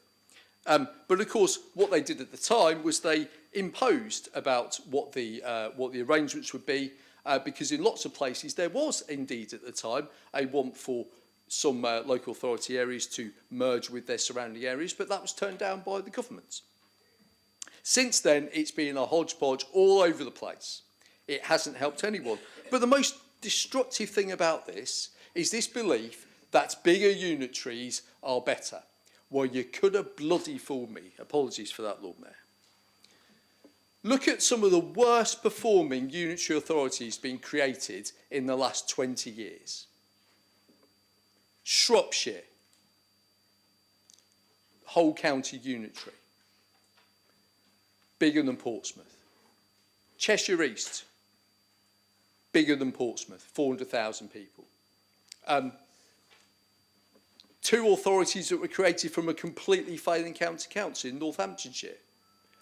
Like Somerset, doomed from the beginning, completely screwed.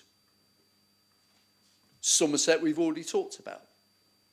The litany, and then we only have to go to existing authorities who have gone into 114 effective bankruptcy. Birmingham, biggest local authority in Europe, bust. Croydon, bust.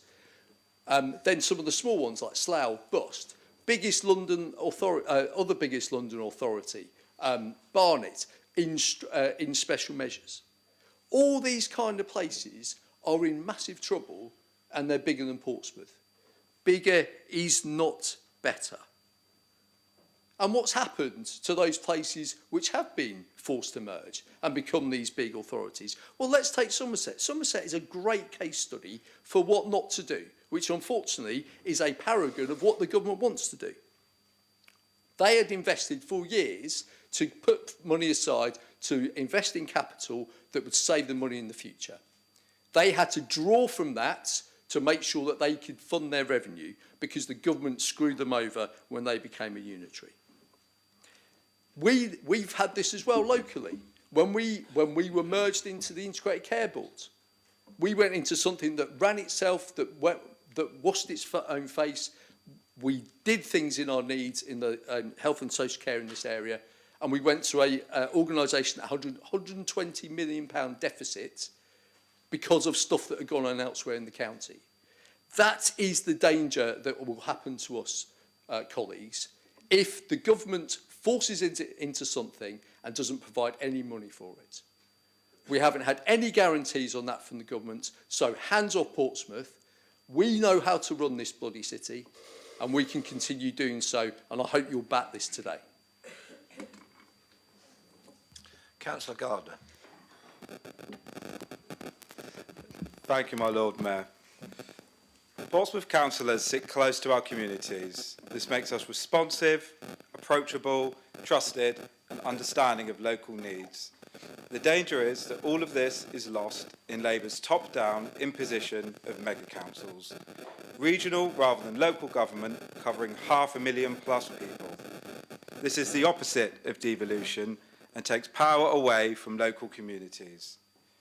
There is a wider range of criteria required to effectively assess the options for reorganisation than a narrow focus taken by the Labour government with their sole focus on hitting 500,000 residents. They ignore important factors such as the reality of cost effectiveness, community identity, public opinion, economic regeneration capacity, councillor representative capacity and democratic viability. Where is the evidence to show services to the residents and businesses in our city will be improved by handing them over to a larger, more remote mega council with decision-making power further away from local people? There isn't any. Why then is Labour forcing areas that want to benefit from devolved powers and an elected mayor to also swallow the bitter pill of reorganisation? Why are Labour ministers pushing to expand Portsmouth City Council's borders? There is no logic or practical necessity which suggests larger local government is a necessary condition for devolution, especially as England already has councils with the largest average populations in Europe. Perhaps Labour hope by merging our financially sound city with our struggling neighbour will brush the national crisis in council finances, which during their election campaign they promised to fix, under the carpet for a couple of years.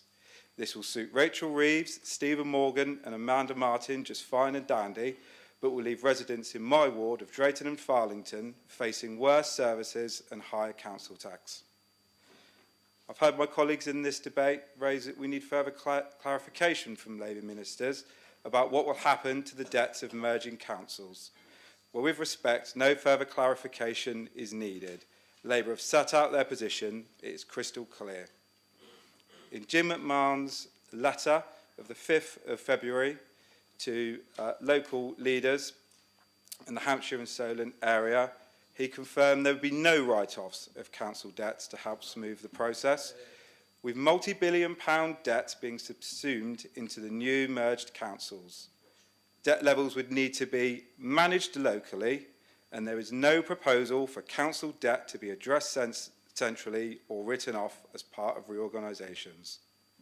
By gambling with the financial stability of Portsmouth, it is clear this government, its Portsmouth MPs, who both promised to put Portsmouth first, don't care about Portsmouth and have decided towing the Labour Party line is more important than the interests of this city.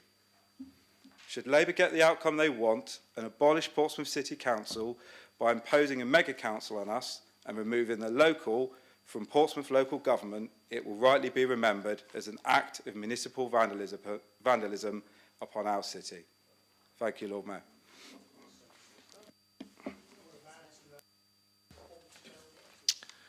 Right, thank you. Councillor Pitt, to sum up and ask whether you'll subsume any of the amendments. Well, you've accepted one, I believe, already. Could I just check, since both the amendments are actually exactly the same thing in effect, and I've agreed to subsume... where's the... Oh, okay, all right. Yeah, okay. Yeah, sorry. Sorry, yes, I was paying attention to the debate rather than the amendment. I apologise. Okay, well, we won't be subsuming that. Right. Few things. The Councillor Madgett, you said people came in here not knowing this even existed, It was sent to you at 12:04 yesterday. It was sent to you and Simon and Charlotte at 12:04 yesterday, and I copied Cal in so that he was also cited on it because he's not in a political group. So it is not true to say there was any reason for people to come here today and see this on the green paper. It was sent to group leaders yesterday. So there is absolutely the fact that people could have looked at it, and Councillor Gardner seems to have been able to take a considered opinion and write a speech when he's had no more access to any information than anyone else. Thank you for taking this seriously, Spencer. To put a timeline on this, we got the letter, actually Spencer referred to it, on the 5th of February, Jim McMahon's letter, giving us the timeline for when we had to have a submission. That's when we first knew about the 21st of March. So that was 3 weeks ago. 2 weeks ago, however, there was a briefing which we put in the diary as soon as we got the letter on the 12th of February that most of the Portsmouth Independent Group attended, which was a briefing on the outcome of that letter, updating people on the situation with local government reorganisation and devolution. There's nothing in the statement that wasn't available at that briefing or that wasn't in Jim McMahon's letter, which I also have forwarded to all members of the council, or hasn't been openly discussed as opinions since. It's all there. So it's fine to say you don't want to take a view today, but the very idea that there's anything in here that should have come as a surprise to anybody and that I've somehow hijacked people when all this information's been out there, I just don't get it. On the 17th of the 2nd, we had another briefing, a group leaders briefing this time, and a lot of the stuff I put in here were concerns that were voiced in that meeting. I then updated my group after that meeting on the 20th of February, and they also were beginning to express strong concerns that the current timetable that we have for it to come to full council and cabinet, and for those to be the full council to only have an advisory role on the submission and not have an opinion about the principle, and for it then to come to cabinet the following day to be decided by the minority administration on something as monumental as this, we all felt uncomfortable. After that, there was a leaders upper tier local authorities meeting on Saturday morning when we also had a discussion about the slides that KPMG were sending back that we were going to be discussing on Monday morning. We then had the LA leaders meeting on Monday morning, and straight after that meeting, I'd already drafted a paper, and that was the point at which I decided to send it, because we have still not yet, as a group of local authorities, discussed the principles that will take forward what we submit at the end of March. So I've created an opportunity today for people to feed in and give me some feedback on some of the issues that are in here, like should we look to break up other districts and boroughs if we're forced to expand, etc. And there's been scant little of that in the debate, which is incredibly disappointing, because on Thursday I've got to walk back into a room with the other 4 local authority leaders, and I'm supposed to know what you all think. That's why we're here today. I needed to know what you thought. So if you've chosen to sit here and say nothing today, I've got to go in and guess, and that's not something I'm very comfortable with. So we're here today on the 25th. That meeting's on Thursday on the 27th. There's another one that's just been put in for next Monday when I'm in Torquay at an Arts Council event, and I've got to then join a call in the morning because this is moving at that pace and it is so important. So I would say that this is a genuine attempt to get everybody's opinion. But what actually is going on here is that we're being asked to decide what suit of clothes we want to wear when we're actually in the middle of open heart surgery. That's how serious this is as an issue. It's not about point scoring. It's about giving you all an opportunity to have a voice away from a final prescribed process by government. And if you haven't taken that opportunity, I'm sad and disappointed by that, but I've done my best.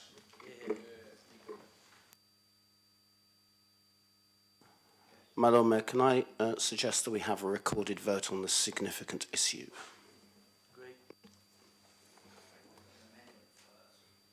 There's an amendment first.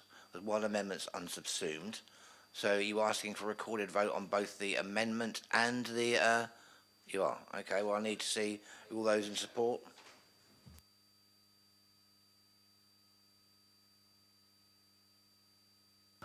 To make this clear, sorry, okay, Councillor Sanders, I understand, it has just called for a recorded vote.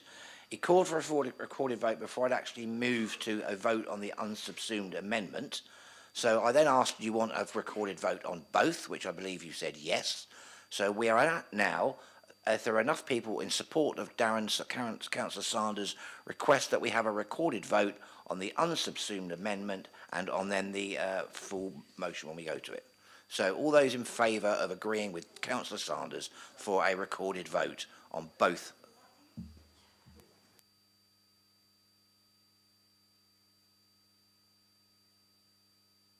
There's enough, okay? So, Councillor Corkery and Councillor Madgwick's amendment was subsumed by the leader, so we are left with the amendment from Councillor Heaney and Councillor Gerarda. So I need to see all those in favour, please stand.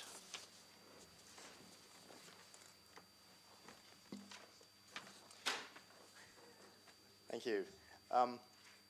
So Councillor Adeniran, Councillor Ghosh, Councillor Smythe, Councillor Corkery, Councillor Coles, Councillor Shah, Councillor Fielding, Councillor Vallely, Councillor Gerarda, Councillor Heaney, Councillor Brian Madgwick, Councillor Simpson, Councillor George Madgwick and Councillor Strudwick. All those against?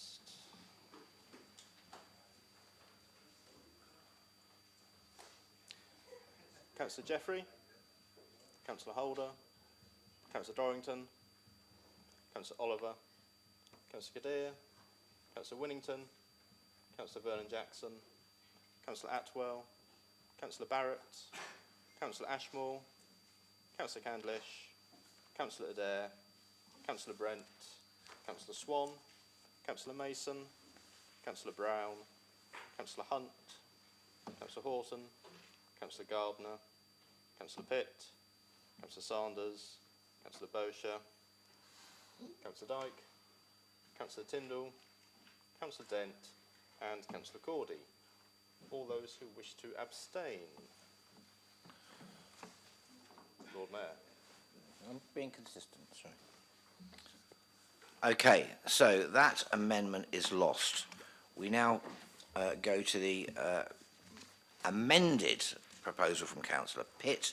Can I ask all those in favour, please stand.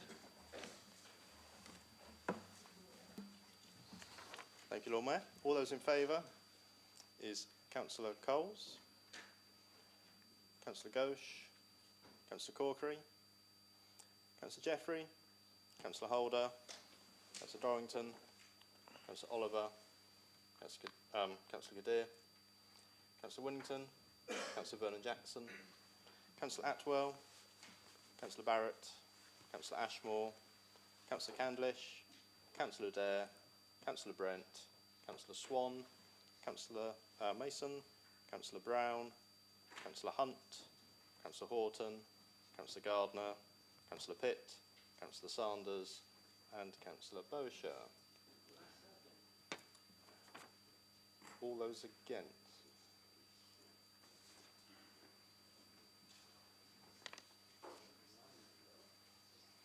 Councillor Brian Madgwick, Councillor Cordy, Councillor Simpson, Councillor George Madgwick, Councillor Strudwick, Councillor Tyndall, Councillor Dent, Councillor Dyke. Any abstentions? Lord Mayor? Councillor Gerarda, Councillor Heaney, Councillor Fielding, Councillor Vallely, Councillor Shah, Councillor Adeniran and Councillor Smythe. Okay, thank you, members. We now move on to the final item on today's agenda for this particular meeting, before we move into closed session later on, which is item 10, question from members under Standing Order 17. So, oh, sorry, my apologies. The results of the vote were... I doubt you'll be surprised to know, but the result was 425, against 8, abstentions 8. So that is carried. We now move back to my somewhat preemptive final item. Two questions. There are a total of 45 minutes allocated within standing orders to deal with questions. can I remind everyone that the member asking the original question may ask up to 2 supplementary questions that must arise directly out of the original question. Any other member is limited to 1 supplementary question that must arise directly out of the original question or the replies. Question number 1, Councillor Shah.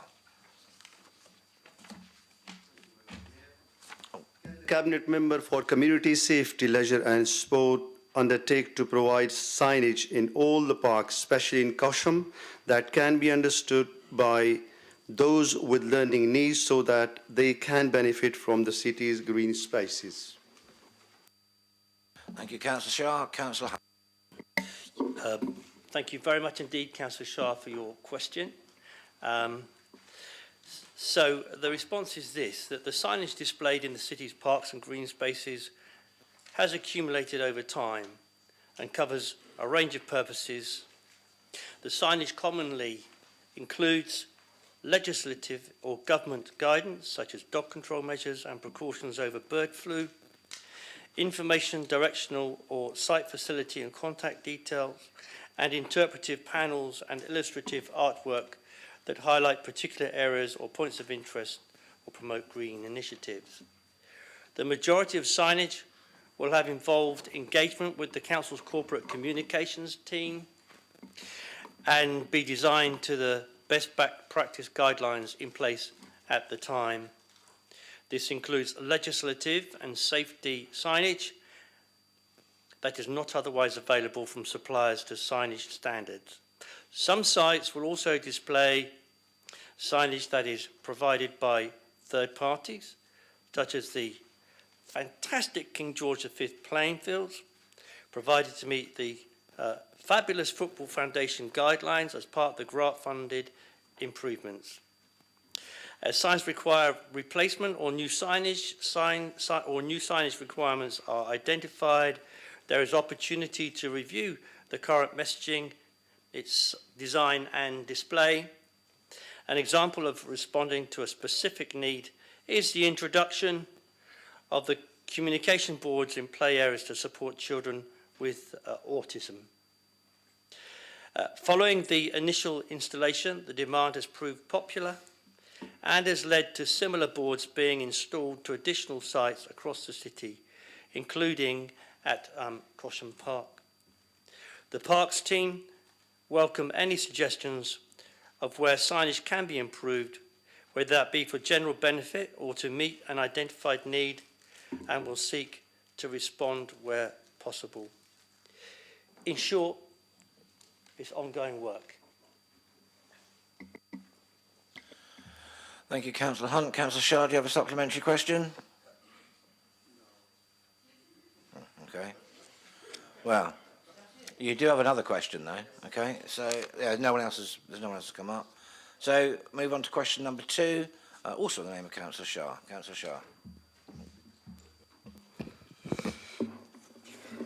Can the Cabinet Member ensure that cultural opportunities are equally accessible to residents in both the north and south of the city, and confirm that some sessions in the next programme of Portsmouth Book Fest and over 60s events will be trialled at venues on the mainland?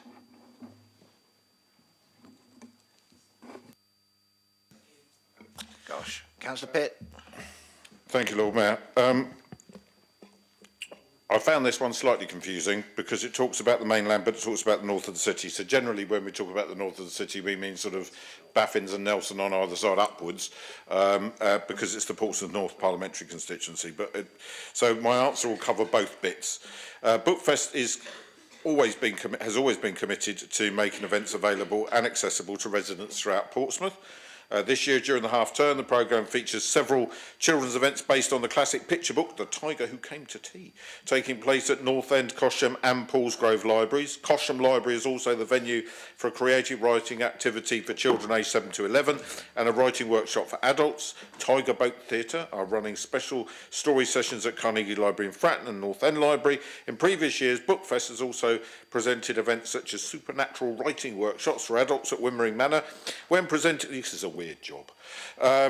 When presenting events featuring more well-known or celebrity authors, the library service is required to offer venues with 200 plus capacity, and that does necessitate theatre or university venues rather than libraries being used for those bigger events, just because where they happen to be.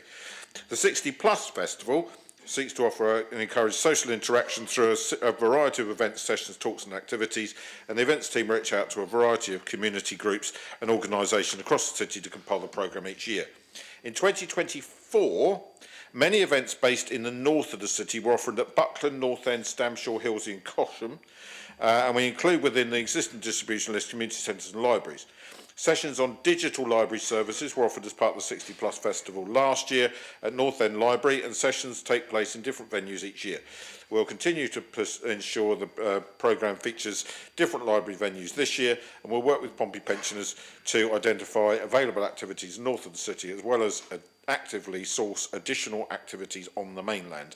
And as part of that, they're also doing a sort of wider review of the 60 Plus Festival to sort of give it a bit of a refresh and see if we can strengthen it for this year. So that's my answer, but if you need more specifics, please say. Thank you, Councillor Pitt. Councillor Shah, do you have a supplementary?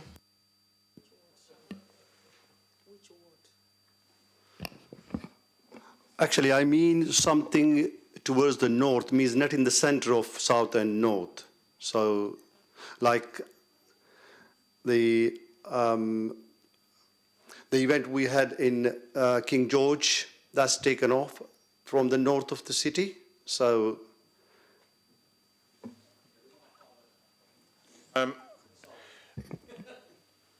the question asked about Portsmouth Book Fest and the over 60s events, which is why I've answered as I have.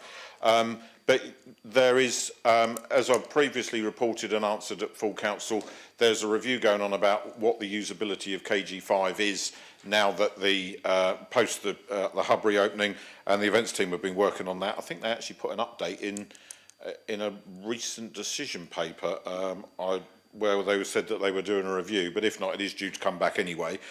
So we are always looking for the opportunities like that.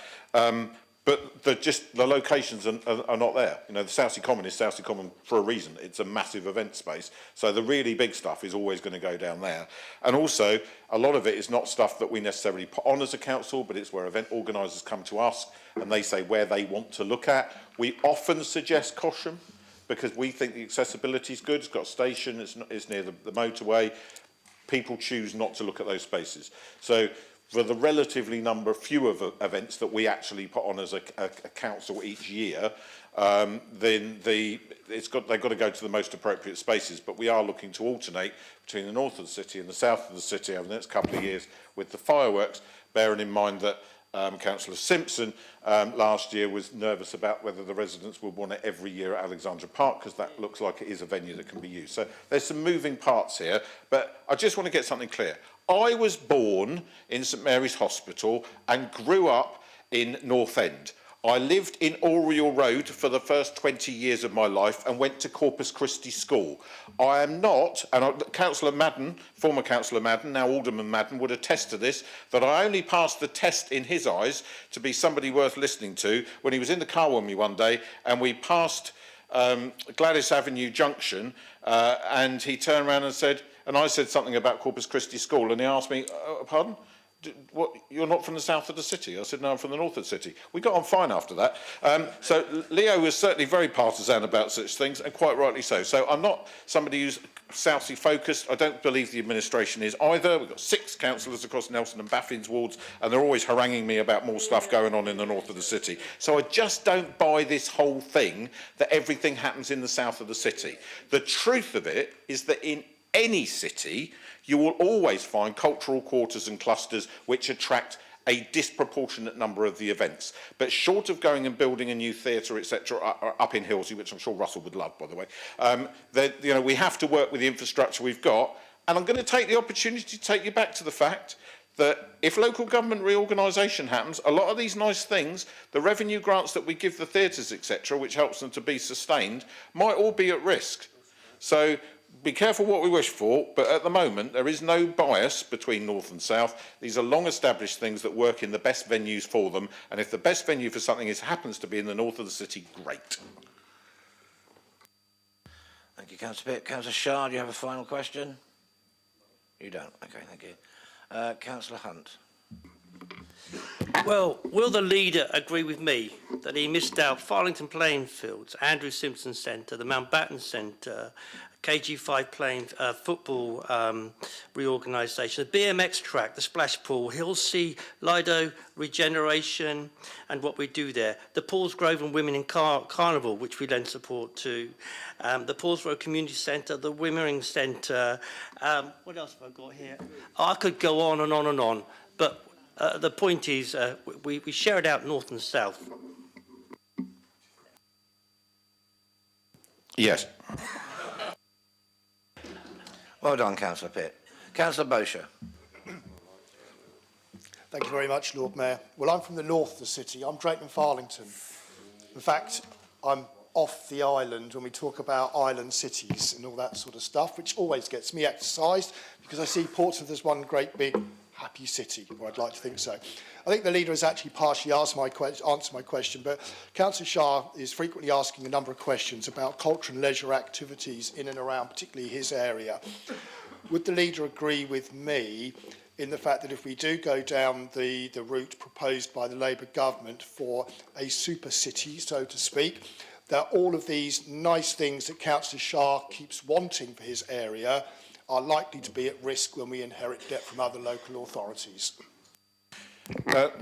Councillor Bosher raises a very interesting point, and I've been doing a bit of informal detective work in the background, and I mentioned earlier on that across the 4 local authorities, we've got 21 libraries, which is probably going to be deemed too many and be vulnerable to cuts because there is only a requirement for a statutory minimum. But also, I've discovered that the other 3 councils don't have an events team. So they're probably not going to want Portsmouth to have one, or they're going to want it to get much bigger in order to do more events in their areas, in which case how are we going to fund that? They also don't even have anything beyond, I think one of the 3 councils, and forgive me, I can't remember which one of the 3 councils has one officer who works on culture. 1 out of 3, one officer who works on culture. So this is the enormity. This is the enormity of the difference between the boroughs district and boroughs that surround us and Portsmouth. We have protected lots of things that people hugely value, and they happen year in, year out, and are delivered. We almost come to take them for granted. Remembrance Sunday in Guildhall Square. We take it for granted that it happens. It happens for a reason. We've got a brilliant events team who are exceptionally good at what they do, and they make it all flow seamlessly so that we just step in and out and stand on the bits of card we're supposed to stand on, so it all looks amazing. But it takes officers to deliver that, and it's non-statutory.